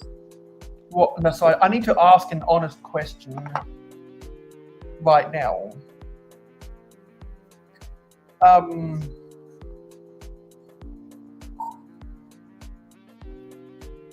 If you were to pledge to me on Patreon, what would be the number one reason why? Because when I'm on my other account, my main account, sorry, I forgot to put up the ticker tape. I'm an idiot.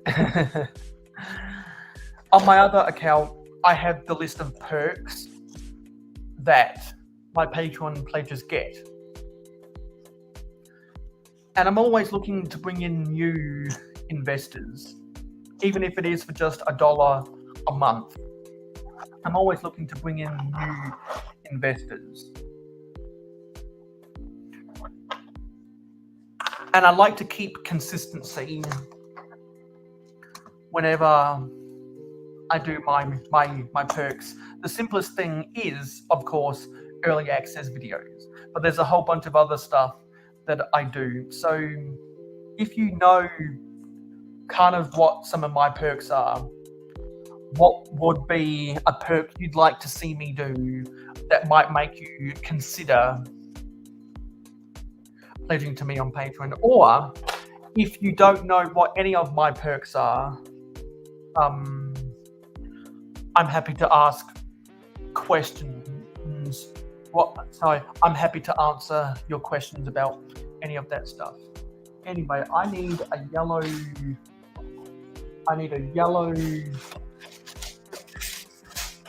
steering wheel. Yellow steering wheel.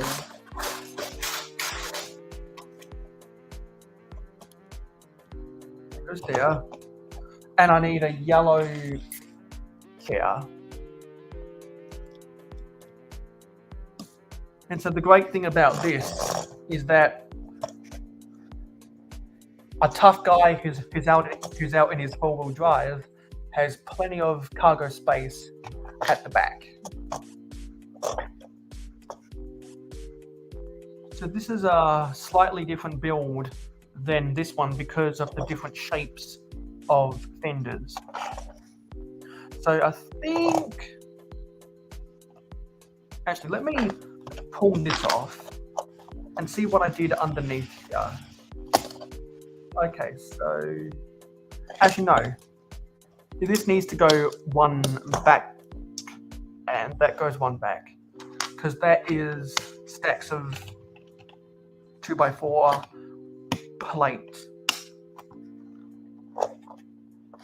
In other news, my parents are at the old house right now because we're having our last open inspection before auction day, which is this time next week.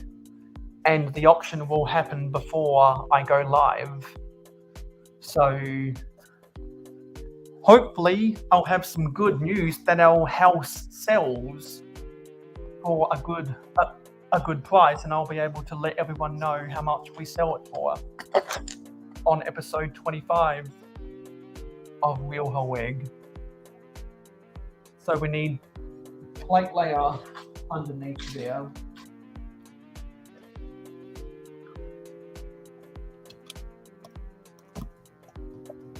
And then we need curved plates to go underneath there.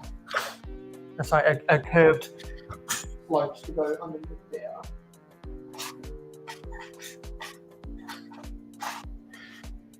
And now I'm down to my last yellow. No, sorry, I'm down to my last 2 yellow 1x4 plates. And I'm not even sure if I have any yellow curved slopes. So I need to crouch down and see if I have any. Some of these spilled over. Don't know why they spilled over. So curved slopes. And this spilled over. No idea why that happened.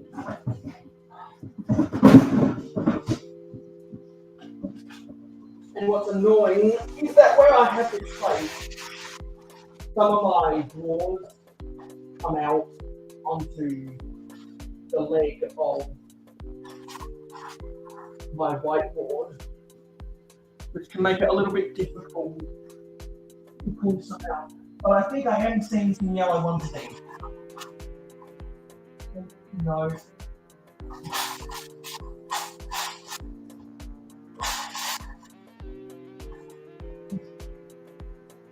There's one. Is there a pair?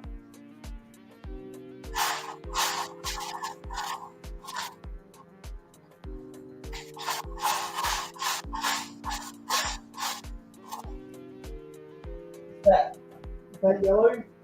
Yes, that's yellow.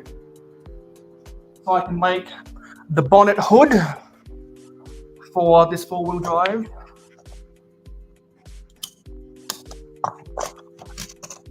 Nice smooth slope. Dave says my mother is in the same position, is in the same situation. We are in the process of selling 2 properties in the Perth Hills area. 5-acre farm and house. Oh, nice. 5 acres. I wish I had 5 acres. I think because we used to have, well, our old house was, I think, a 2-acre property. This house is a 1-acre property, and the house that my parents are going to go retire at, I think, is a 4-acre property.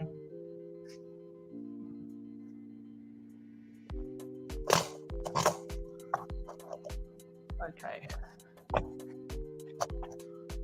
So, because we have a yellow roof assembly, I think we might be able to build a complete yellow 4-wheel drive. So, got to pull off the back here and see how I built this. Okay, so that's completely flat. That's completely flat.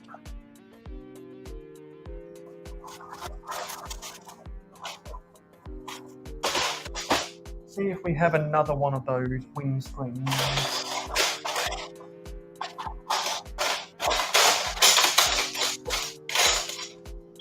But we do need one of the traditional windscreens at the back there.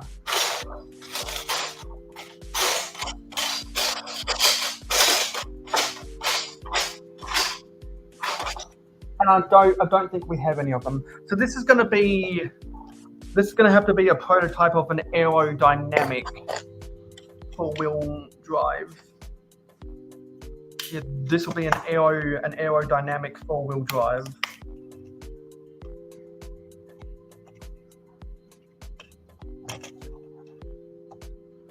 So what looks like, actually, and then I need to get the windows for the sides. Starting to run out of those as well.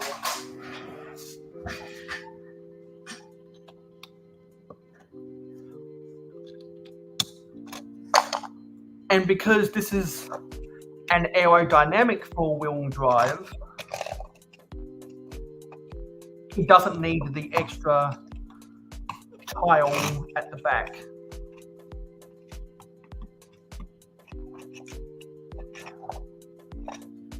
And so this may look like an SUV, but it's not. It's not. The differences are clear right there.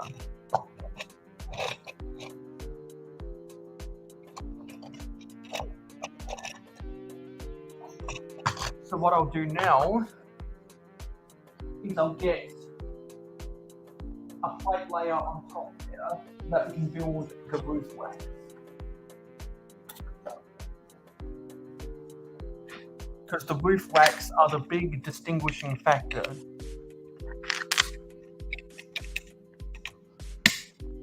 For comparing four-wheel drives to SUVs in my city.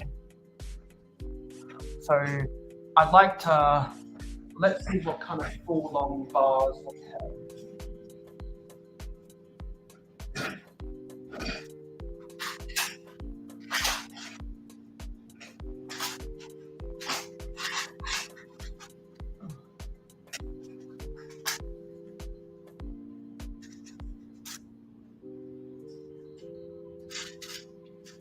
I wonder if we have any in grade.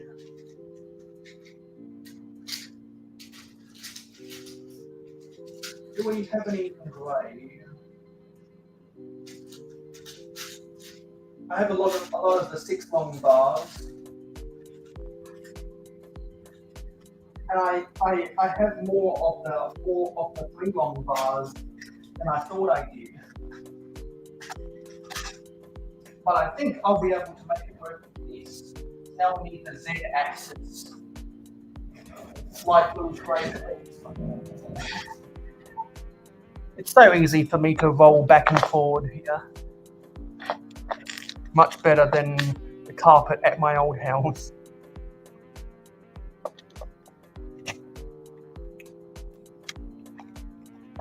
Attach these to the top here. And using 4 long bars works better than the 3 long bars that you saw on these roof racks. Because it means you don't have to center them to get them to attach properly.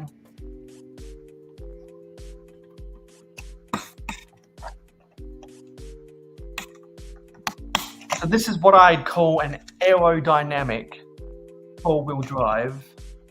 And this is what I call a traction 4-wheel drive. So if I remove these from the shot here, you can see the differences between these. Because this aerodynamic 4-wheel drive is the same height as this SUV. I'll put the SUV at the back here for size comparison. This downforce 4-wheel drive, so this traction 4-wheel drive, as we're going to call it, aerodynamic traction, is 1 plate higher than this SUV. The SUV is still my favorite one of these because I was able to fit 3 minifigs in here. Still really proud of this SUV. So that's the way that is.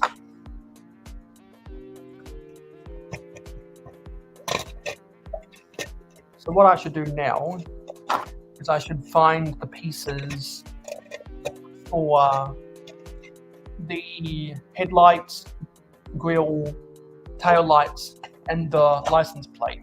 But before we do that, it's time for a new segment. Because I debuted this on my previous stream, but I now have an official intro for it. About the game of crossover, grease and oil, or leave with users. Or if I name 3 users, you have to decide whether you want to do a crossover with them, to have them on grease and oil, or have them leave the community. Yes, let's do that. Let's do that. No offense to anybody who I'm about to make leave. Okay, let's do this. Let's go to the pick a wheel. And make sure that this is spinning. Yes, that's on the screen. Let's get rid of this ad, annoying ads. Okay. So let's spin the wheel. Okay, Robin Hood Bricks, a really good mock builder. Pro Lego channel. I know they're friends with some people that I watch all the time. And Zabadak. Okay. Zabadak, another really good mock builder. Okay, Zabadak, Pro Lego channel, and Robin Hood Bricks. I think I'd have Zabadak back on one of my live streams because I've done live streams with Zabadak before in the past. I think I'd do a crossover. I think I'd do a collaboration with Robin Hood Bricks and probably have Pro Lego channel leave just because I've never talked to them before and it's easier to say that to someone I've never talked to before. Let's go again. Okay, Brick Revolution, really good co-host of Hauling and Bowling. Jane Bricks, who is like a god in the Lego community. And Ethan the Artisan makes some really good shorts. Okay, so I think I do a live stream with Brick Revolution because I think his style is more suited to that. I think I do a collaboration with Jane Bricks just because he does more live streams over on Twitch and he's got a really good Twitch format that probably wouldn't translate to the format that I do. So I'd love to do a collaboration with Jane and probably, and for the same reasons, I'd probably have Ethan the Artisan leave just because I've never talked to them before and it's easier to say that to someone I've never talked to before. So yeah, that was that. Going to try and do this every at the 2-hour mark of every episode from now on. So that was that. About the game of crossover, grease and oil, or leave with users. Or if I name 3 users, you have to decide whether you want to do a crossover with them, to have them on grease and oil, or have them leave the community. Yes, let's do that. Let's do that. No offense to anybody who I'm about to make leave. So that's what I've decided to do from now on for kind of segments. Gonna have the top of the first hour be my rants, and the top of the second hour be for Russian roulette.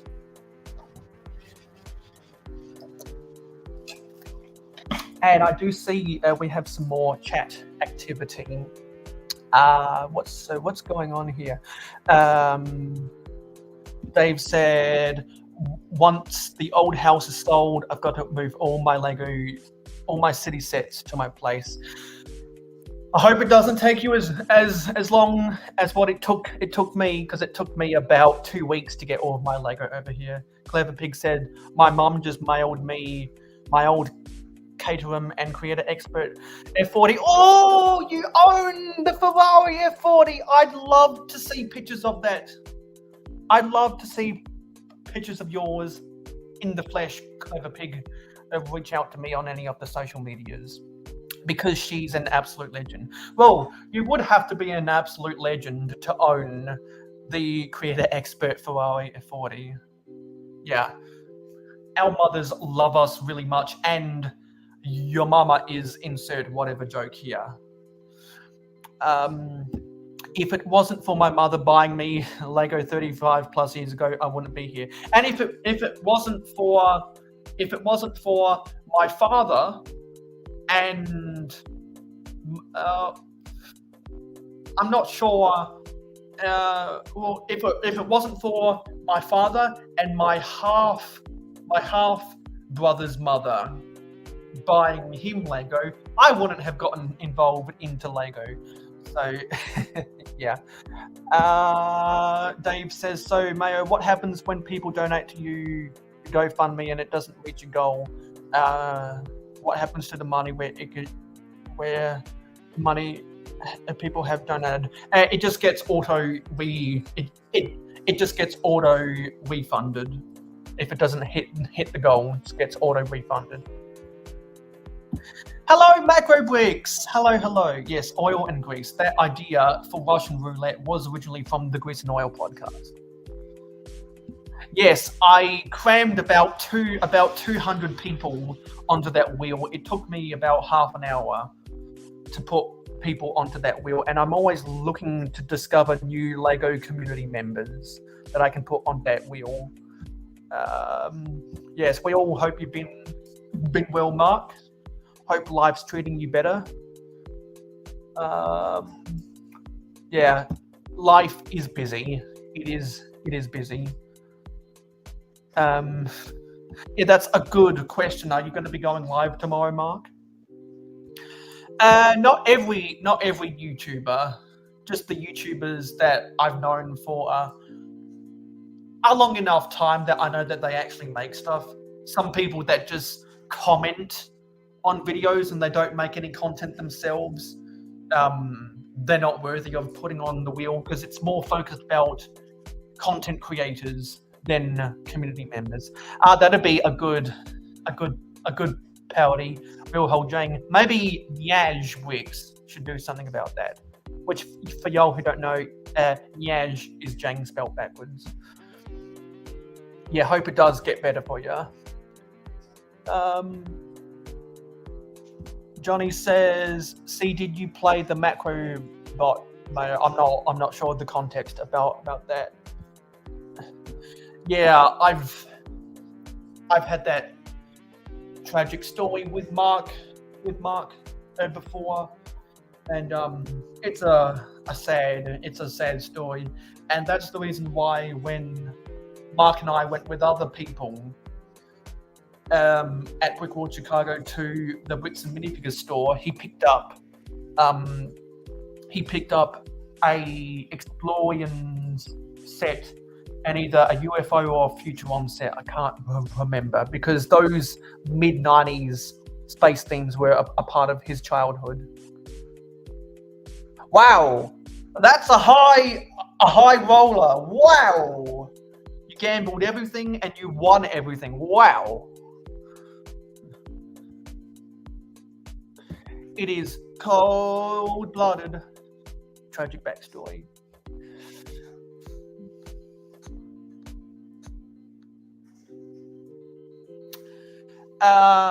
Unfortunately, I can't because I'm on the other StreamYard account.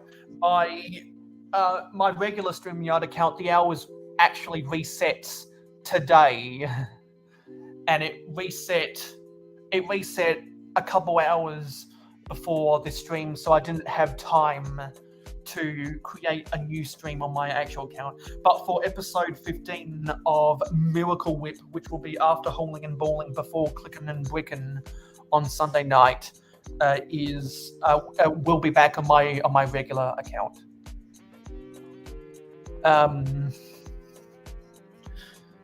Yeah, when I go back to Chicago next year, we should definitely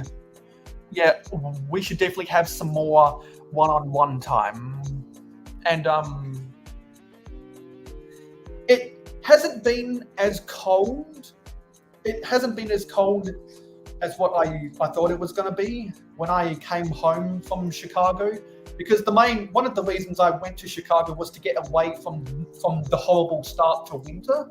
But July and August wasn't as cold as previous winters, because it seems like every 2 years a South Australian winter is a cold winter, but then the other 2 years are a rainy winter. This year was more of a rainy winter than a cold winter. I am going back to Chicago next year, and mainly because I want to get immersed in the culture again, but also because Adore revealed and London Bridge bricks are going. I'll also see Adora build at Brickvention, and she's actually bringing some, I think, friends and elves to Brickvention. I've got the money now where I can book my hotels and my flights to go to Brickvention. Because it's December and I finally got all the money I need to book that stuff. And I've registered for all of my university classes now. But I am going to have to talk with 2 of my teachers to see if I can work ahead with the rest of, if I can work ahead from the rest of the class to see if I can finish class a week early so that I can go to Chicago. Yes, there is a Sparrows at the Woodfield Mall, which is south of the Schomburg Convention Center. And that is where I want to film film myself eating a deep dish pizza. Brickvention is always in late January. So anyone out there in the chat, if you wanna come onto the panel for the next 48 minutes, feel free to use the link in the pinned comment. Because I have been building segments of vehicles because I'm trying to set up an auto assembly plant. And by auto assembly plant, I mean amalgamations of standard vehicle parts that I can put together to do copy paste vehicles to roll out onto the road. I think you can only gamble every 5 minutes. I think there's like a 300-second cooldown or something. I need to find out where I can reduce that cooldown on Streamlabs. Yes, the reason why I would want to create a small auto assembly plant, even if it's like just an 8 by 16 stud area, is because I have so many. I have so many of these builds. I could stack them all the way to the rooftop if I really wanted to. And I could just keep on stacking this stuff over and over and over and over again. You get the point. Yeah, you get the point. And just whenever I have the pieces on hand, build quick little assemblies so that when I want to roll out new vehicles onto the road, off they go. Yes, you did break the casino because there's a cooldown.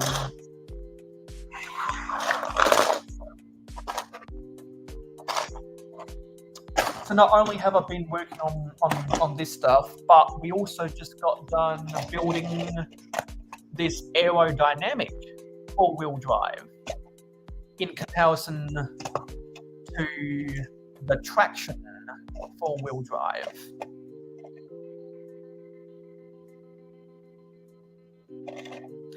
And the way to distinguish the four-wheel drives from the SUVs is that the four-wheel drives have the roof racks on top, so you can strap your fishing gear or your hunting gear or your camping gear, anything that you want to store on the roof. That's what the roof racks are for. And at the start of the stream, before I built any of this stuff, I talked about how in this week's video, it was about how I completed a motorised British Railways Class 08 shunter. Then I decided to make an unpowered British Railways Class 07 shunter for my octane, for the as set dressing for startings at my octane oil refinery. And when Red Coat Kyle was on with me, we were talking about Lego lights, and I was speaking about how there are some studio lights on Temu that I'm thinking about buying. They're super cheap, and they're probably really low quality. But they're cheap enough that I think I might want to experiment with them, because if I'm going to have a big ginormous city, I'm going to need better light, because there's only one light in this garage, and right now I'm using my desk lamp that I keep on my bedside shelves. If I turn this off, the lighting looks terrible. The lighting is so much better with this desk lamp. And so I'm going to have this rolling around, deciding of what will be my octane oil refinery. And I got myself thinking, since I don't build a lot of 6-wide stuff, really the only 6-wide stuff is my trains, perhaps I'll be able to create a standard chassis, maybe for putting, I don't know, octane oil tanks onto here. Maybe created a standard rolling stock chassis using this car chassis. And that might be a good way to use all of those. I prefer to use my bogeyed rolling stock for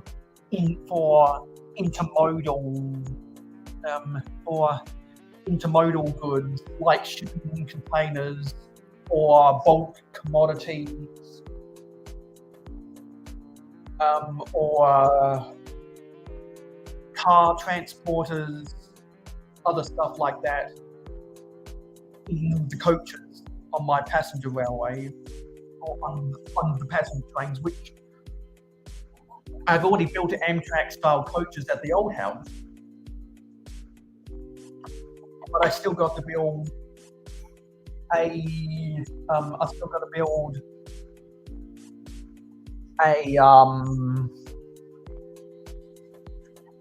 Amtrak 1980s Genesis style locomotive. It's a boxy locomotive, but it's got a pinched cab at the front, which I think would look good next to the era of Amtrak coaches that I've got built. Those Amtrak coaches actually use a Jacobs bogie. But I'm very strict about what I give my bogies to. And so I don't have as much bogieless rolling stock, because I've already made so much rolling stock that's intermodal. And since I don't really have plans for ever having a big ginormous oil train going around the layout that requires extra long tankers, maybe this is all I need. My existing octane oil tanker is already bogieless. So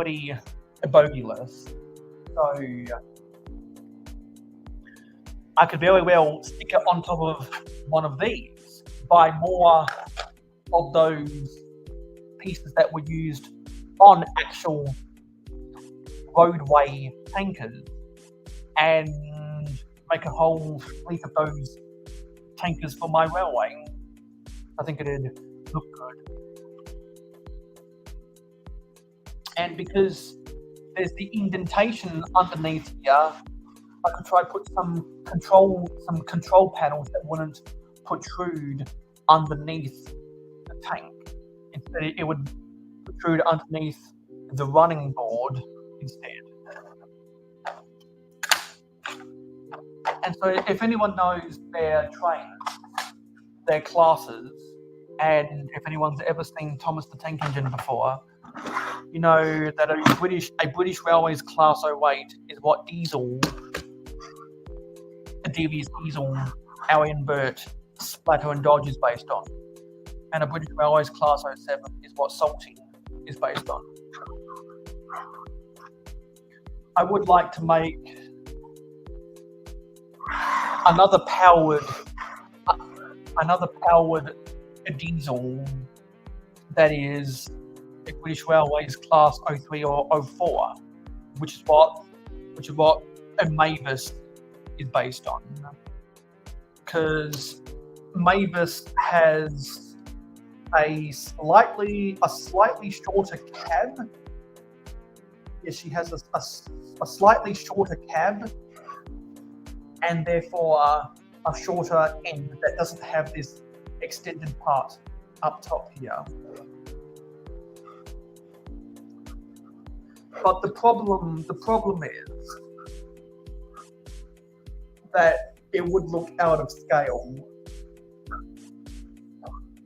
It would look slightly out of scale. So I think I would have to keep the cab at the same height. I think I'd have to keep the cab at the same height.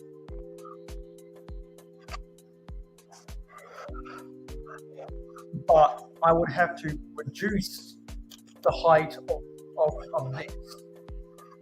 And maybe instead of having more of these wasp stripes, or as Americans know them as chevron stripes, in the middle, probably use some of the grill bricks, use the vertical striations to make it look slightly different. Because if anyone notices this Class 07, it uses the grill bricks with the vertical striation. And I can't wait to put this stuff on the railway.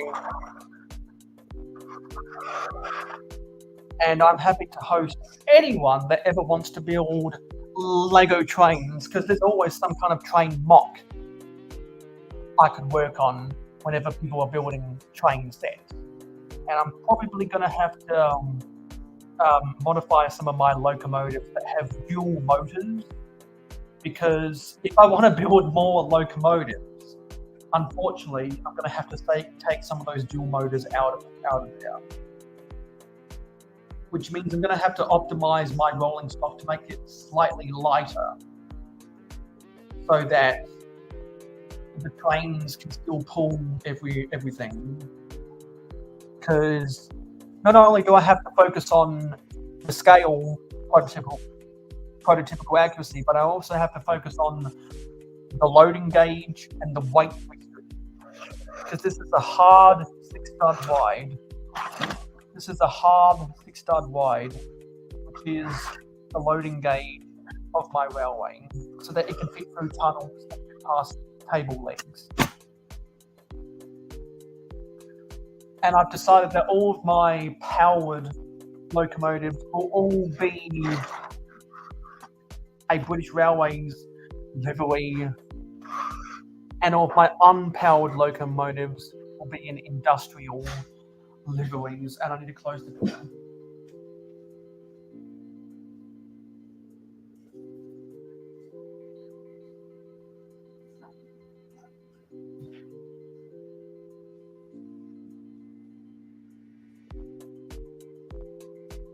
That's the new table.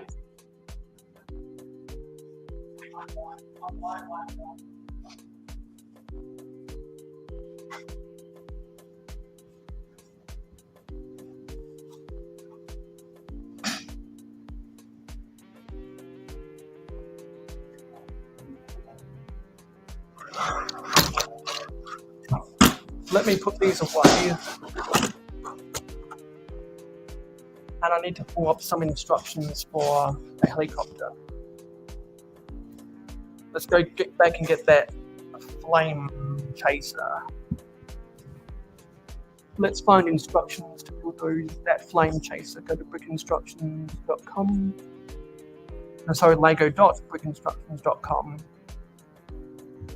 And I'm going to follow instructions to build a helicopter. So I can go copy paste, copy paste, copy paste. So first I'll get out all of my helicopter for windscreens. and you'll see how many I actually own.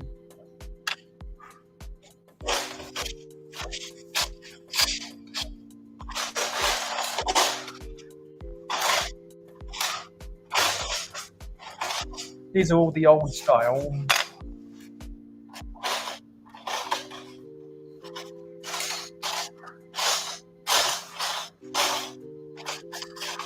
We do have a helicopter rotor there.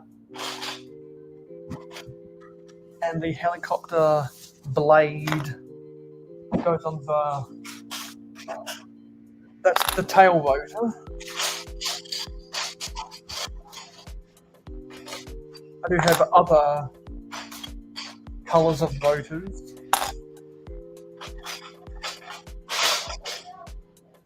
Can you close the door?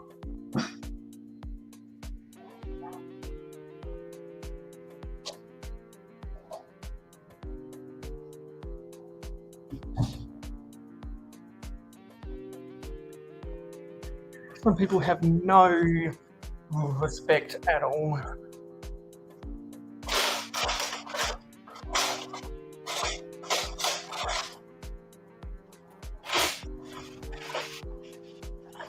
Seeing if I have any other helicopter pieces.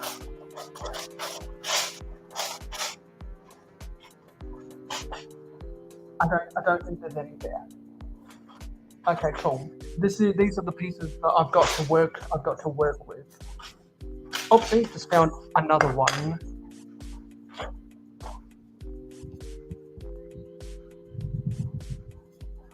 Oh, there's some thunder clapping outside. I think what I want to do is I want to build a plain white helicopter. I'm going to build a plain white helicopter. So we'll use this.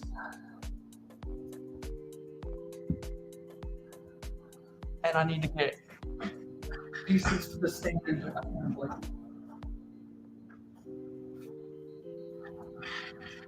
So I need to get the proper fence.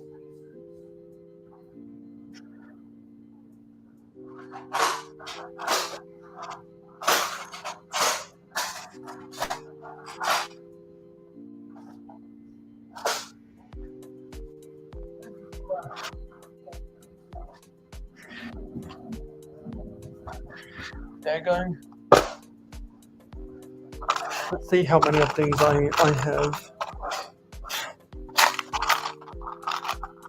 We need them in white if we can. Yep, so there's white. But how many other types? Might also be able to build some red helicopters.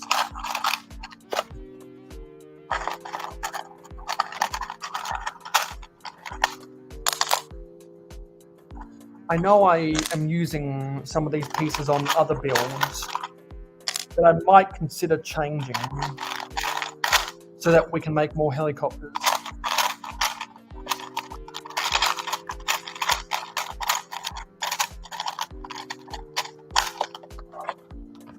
It's hard to dig underneath some of these things.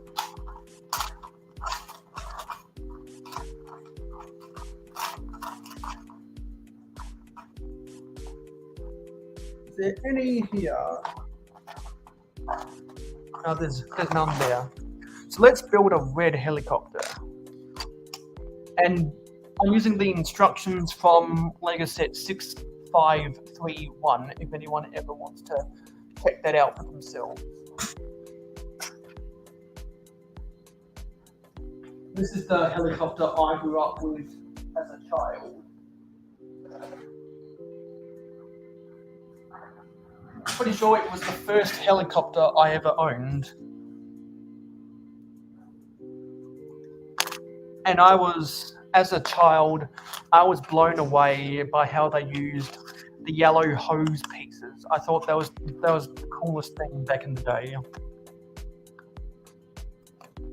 So you could imagine that they're spraying water out to put out the fire.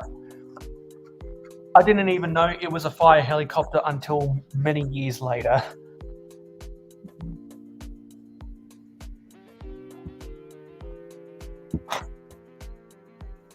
And I'm not sure. Yeah, so we're not going to do the hose assembly. We're just going to make this a standard design, so we can probably get away with using 2x3 plates.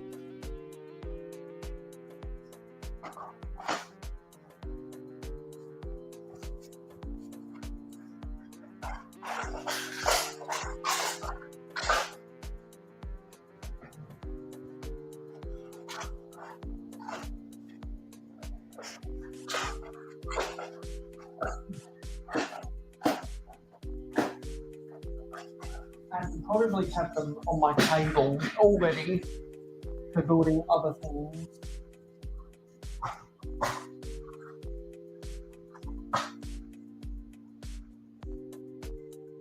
We've got the 2x4s. We've got the 2x3s.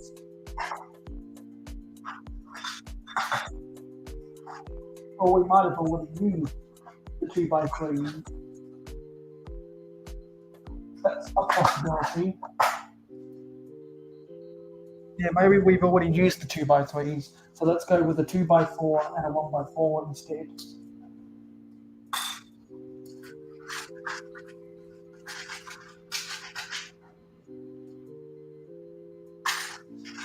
We can find one that is attached.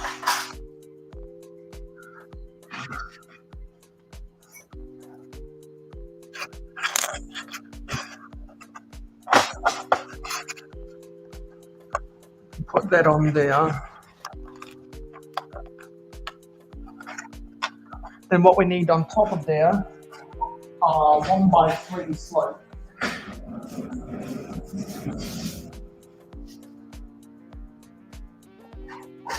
White.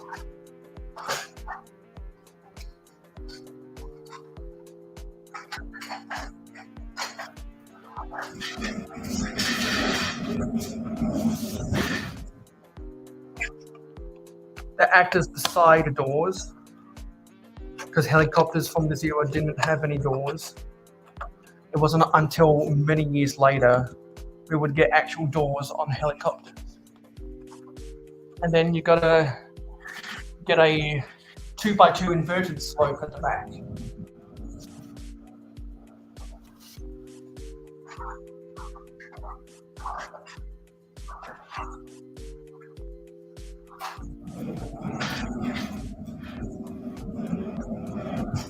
It's so easy for me to roll around on my garage floor instead of a bedroom carpet. It's so much easier.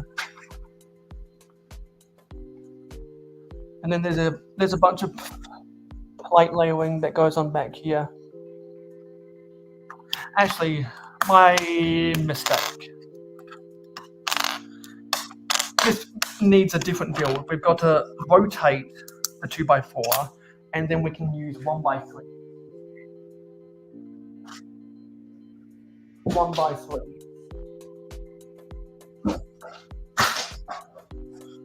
1x3.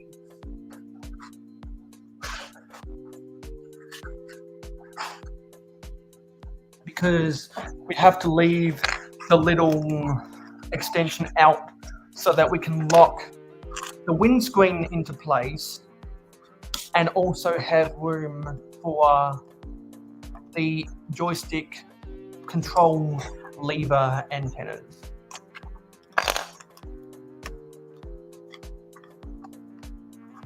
And I can imagine something like this being used for comical helicopter racing.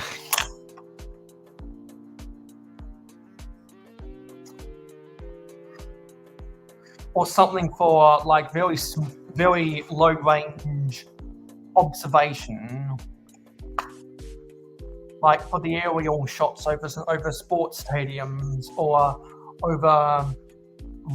over racing tracks, something like that, or even TV helicopters that get aerial footage of crowded areas below. That's the kind of purpose I see these small helicopters like. Because if I wanted to build helicopters that would actually carry cargo, then they would have to be significantly bigger than this, probably about 20% bigger, if I really wanted to do that.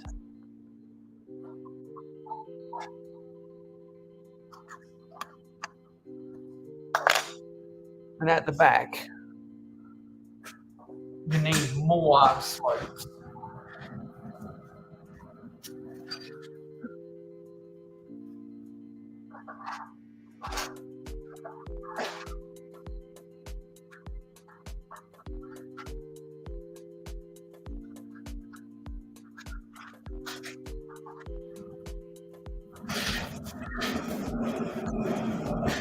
We're going to use a 2x3 slope at the back.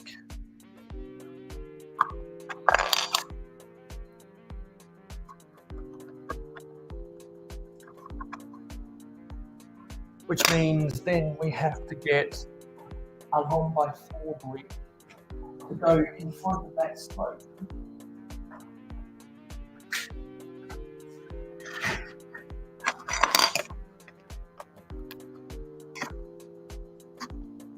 So we're halfway high.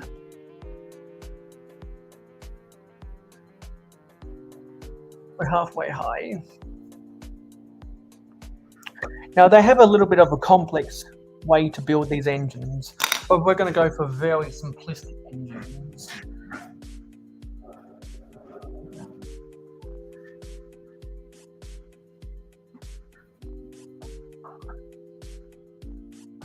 There are specific snot pieces I want to use. I just don't know how many of them I'll have.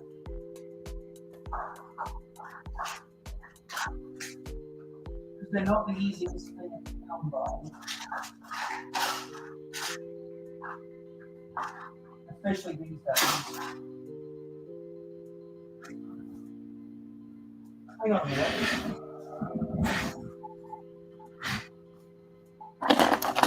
I just found some headlight bricks I was searching for.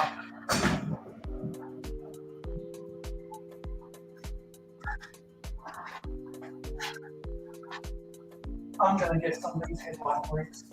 But we still need the sideway.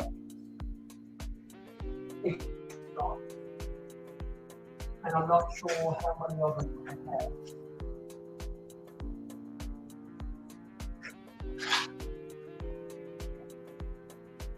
And honestly, I forget where I put them. Here they are. Because we need some of these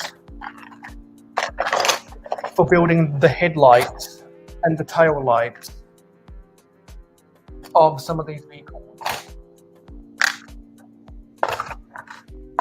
Like this one.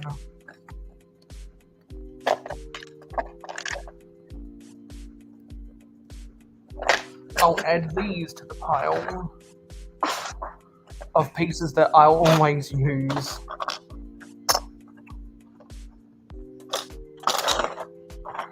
The pile just keeps on growing. And you know what? Where are my models of... no, I'll keep that as that. Come on, what's going on? So, very simplistic engines.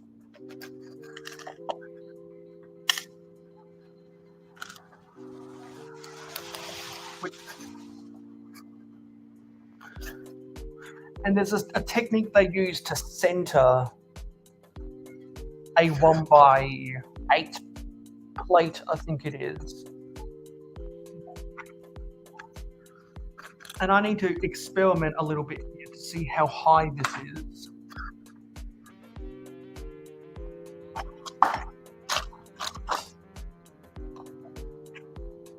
How high is this? Okay, so that's another height of probably 1 2/3. That means if we put another 1x4 plate here,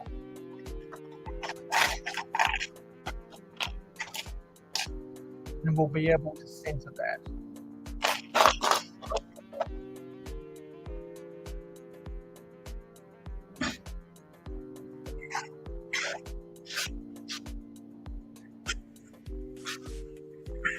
Actually, what I'll do is I'll salvage some from here. I'll get my brick separator and peel some off of this piece of rolling stock that I'm going to reassemble. And what's going on in the chat? Is there anything going on in the chat? Yeah, people are utilizing the gambling tools.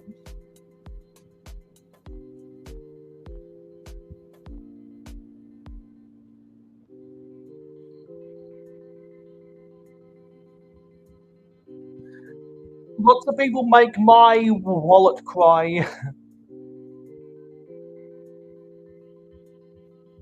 Yeah, everyone's making sure to gamble.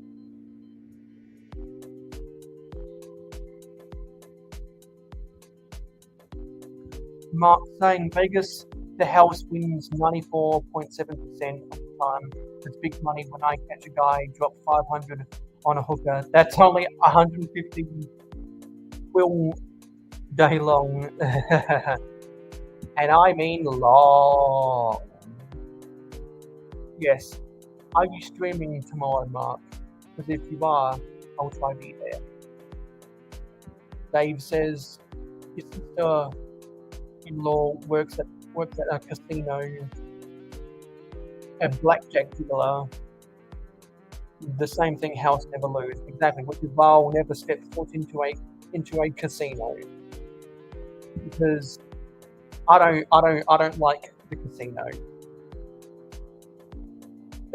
Exactly. Once you pop, you can't stop.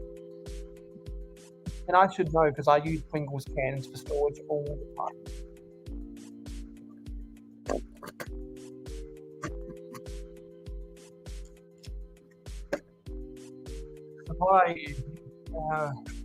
I think what they do is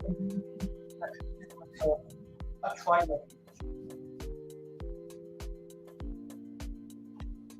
Why haven't you liked it?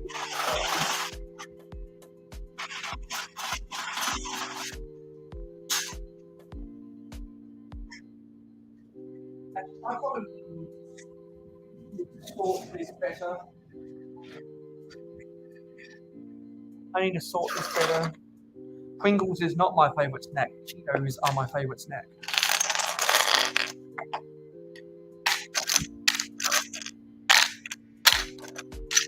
Need to separate between the earth tones and the multicolours. No idea what that was doing in here. I have no idea why I combined these two colours. Maybe it was when I consolidated something and then I unconsolidated it. But that's all going to position better now. Let's get this black one to go in there, and you can see that that'll center a 1x8 plate out the back there.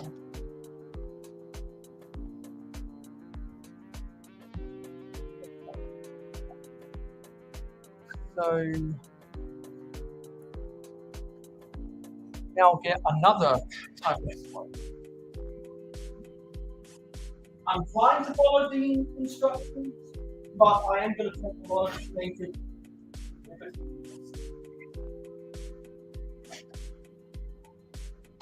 Get it quite high.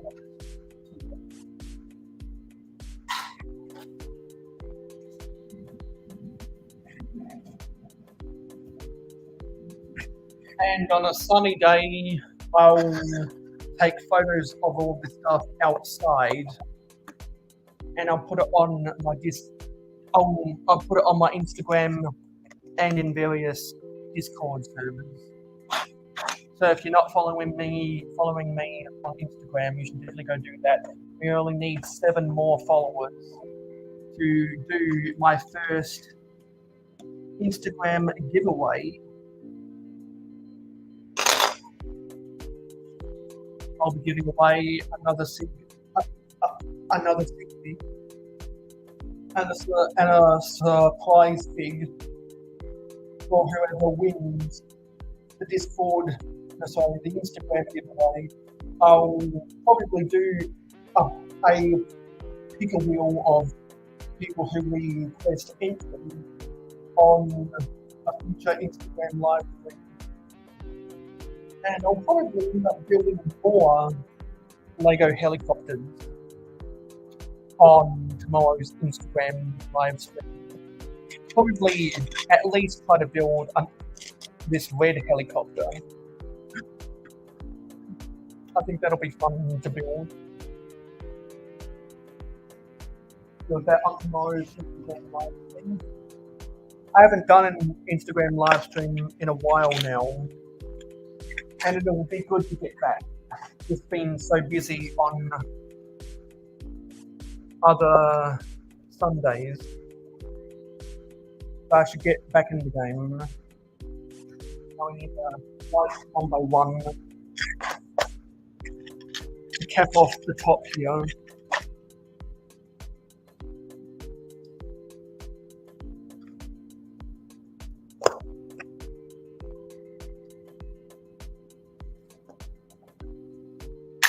So that we can place this down. Then we need a 1x2 plate to go on top there.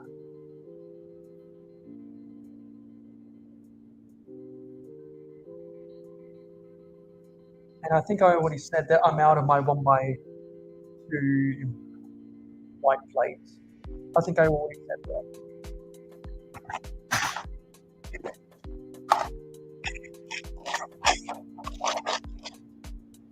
Which is why I'll have to use black in the meantime.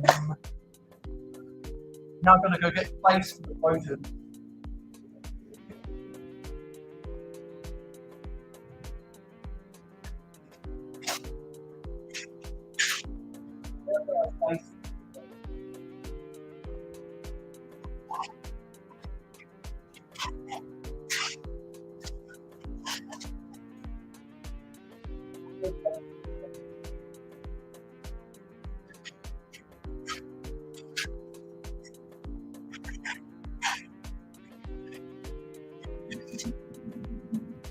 And I do have a white plate for this motor. Put a black motor on top.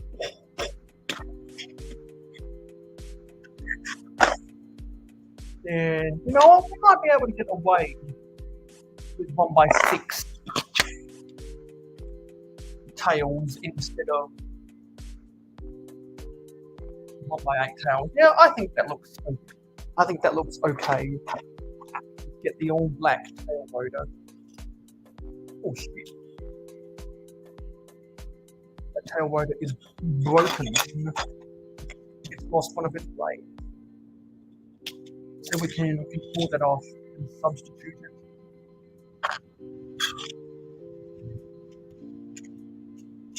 To be like that. So now we've got to get some cone bricks in the exhaust pipe.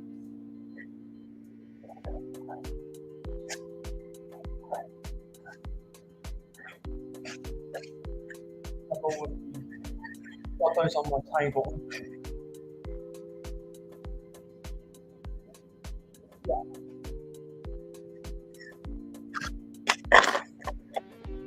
And now I only have one of the cone bricks in white left.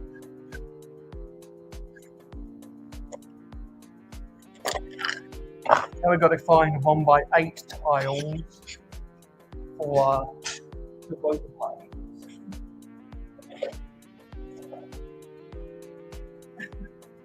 And I just have enough to finish this helicopter.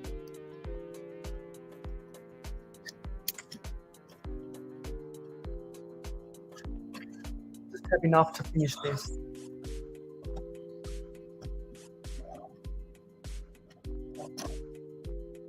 And then on the inside, we need 2 of the joystick control lever and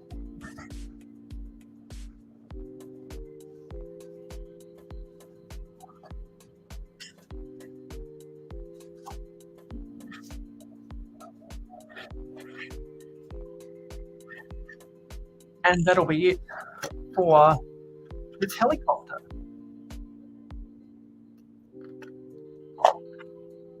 I could very easily change this to be a police livery if I really wanted to. Just add some red and blue lights and add a little bit more black, and this could easily be a chase copter if I really wanted it to. But anyway, that's what it looks like right now, and I'm prepared to call this done. Got plenty of helicopter pilot meetings by black drawers that I could assign for this craft. You have to demonstrate the 1x8 tiles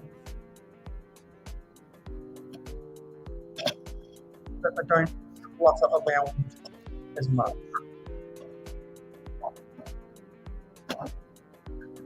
But what can you do about it? Anyway, I'm done with this. So, besides building parts of assemblies, what have we done today? Built this helicopter, built this aerodynamic four-wheel drive,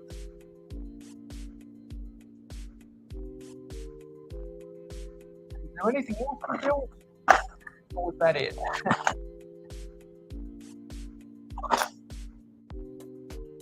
Yeah, I think that's all the main assembling we've done. Also did a modification where I changed this white roof piece to black, and that just looks way better. Because you might not expect me to say this, but this is actually for my fire department. Some of you guys who have been watching my city updates for a long time might realize that my fire department is going to be it's going to be highly unconventional. I have seen fire departments in the past on Google Images that have wacky and crazy liveries, and once upon a time I found a fire department that uses black and lime green for their vehicles, and I thought, you know what? Let's choose a wild and crazy livery. Let's see what is available, what real departments have done in the past. Oh yes, let's do that one. Because not only will they stand out from the rest, but also a good way to use lime green Lego, which for anyone who's watched me build mocks in the past knows that I don't use all that much lime green. Because I think it's rather difficult to use lime green in a mock. In my opinion, it's hard to do. So I'm going to close some of these tabs now that I had up for this.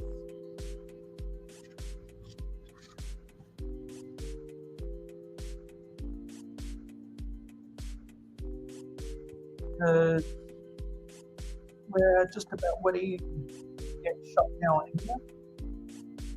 Because the brick hive is scheduled to go live in 8 minutes. And I've built all the Lego that I want to build on camera. There's some other Lego that I'll probably build off camera today. And I like what I've got going for future prototypes. I need to come up with another prototype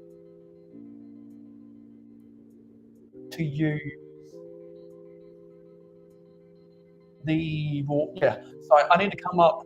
The next prototype I need to build are train rolling stock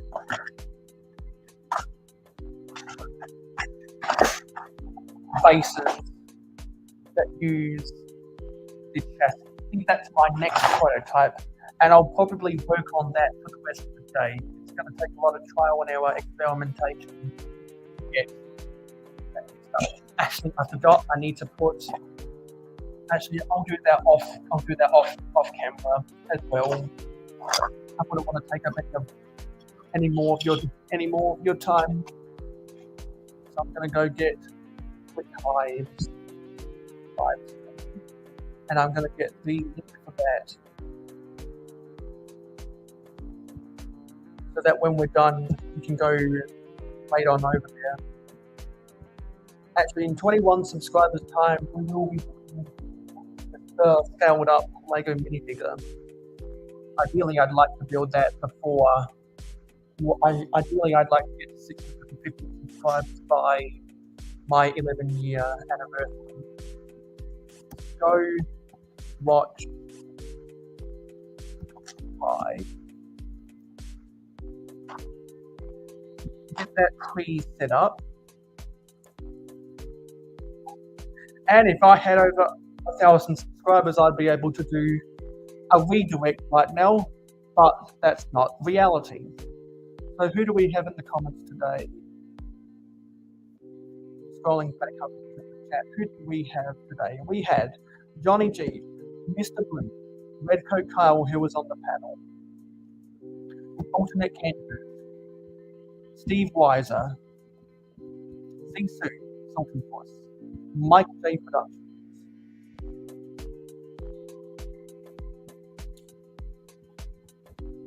who else on this? Dave Wicks 76, Lego Team B, Scott Blocks, pardon the noise of the traffic outside, particularly while it's raining. Quick Hive, From Blocks to Blocks, Danny Fandom, Clever Pig,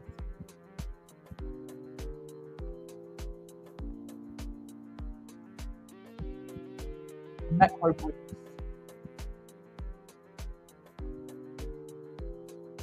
and I'm pretty sure that was everybody, unless some stragglers have come into the chat late.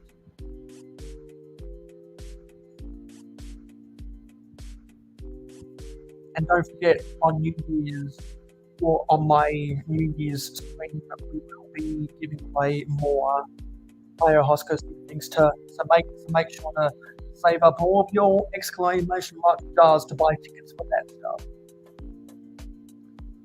Dave says, see, Duckwick's got an extra 2 months added to his Lego band since European changed over daylight savings. His vids got uploaded. Wait, 2 months.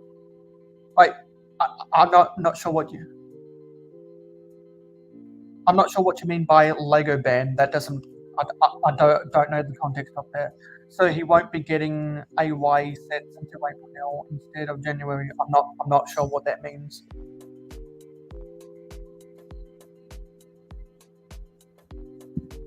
I don't know this Chris we're talking about. Who's Christopher? Dave said he made another mistake when video uploads to European region. I have no idea what that context is. I'm not greedy. I've got 5 sisters and 2 brothers, so I do know how to share. Yeah, I don't know how to share. What the fuck? Boo! Take care. Well, we're going to be ending in very shortly. We will talk soon. So anyway, go wait on over. Sorry, we'll just wait until the top of the hour before we put the link in the chat. So thanks for watching, everybody. I'll keep on doing more Lego stuff. I'll be live on Instagram tomorrow at 11 PM Eastern, Saturday night in North America. Probably to build another helicopter. So come follow me on Instagram to deal with that. And I'm not sure what I'll do on Miracle Whip on Sunday night. It'll be up to whatever I feel like doing. So thank you for watching this stream. I'll see you on my next short, which is I'm just uploading a whole bunch of comedy stuff right now. Then I'll get around to filming some shorts about my Black Friday haul. Also, speaking of hauls, hopefully you'll get your package by the end of the month, Mark. Your giveaway winnings. And I'll see you on my next live stream, which is at 9 PM Eastern on a Friday night in North America and 8 p.m. Eastern on a Sunday night in North America. Right now, I'm on a Twitch vacation, but you should definitely go follow me on Twitch if you'd like to watch. If you want to watch me play Minecraft and build Lego Minecraft sets in Minecraft the game, you should definitely go follow me on Twitch. But I am going to be on a Twitch vacation until the new year. And I'll see you on my next video. As always, you can get all of my videos early access by pledging to me on Patreon. There's a link in the description. And my next video will be about some of the vehicles that I've built over the past 2 weeks. Just waiting for Quick Hive to hit the go live button, and then we'll start the raid. So there is the link to go watch Quick Hive. And I've enjoyed myself doing some chill builds today. I just need to crank out as many mocks as I can. And I enjoy doing that. I've got to charge my Mac. And he's live. So I'll see you. So with all that being said, I'll see you in the next video. Thank you for watching. Let's roll the credits.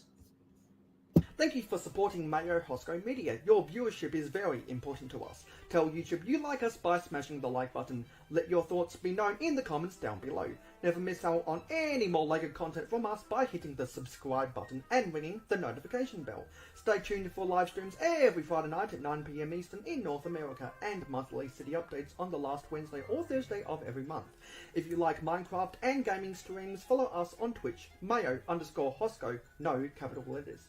Twitch streams every Saturday morning at 8 a.m. Eastern in North America. To be in the know, follow us on Instagram and Twitter at real_mayohosko. Have fun with us on our Discord server. Friend us on Facebook and join the fan club group. For business inquiries, email us at mayohosko@gmail.com. For historical inquiries, check out our website. For special community perks, including behind the scenes, voting rights, and early access videos, become an investor today by pledging to us on Patreon. Links in the description. Watch this video recommended to you, or check out this playlist if you missed any previous videos of the same genre. This has been mayohosko, and I am a fan of old LEGO. #AFO.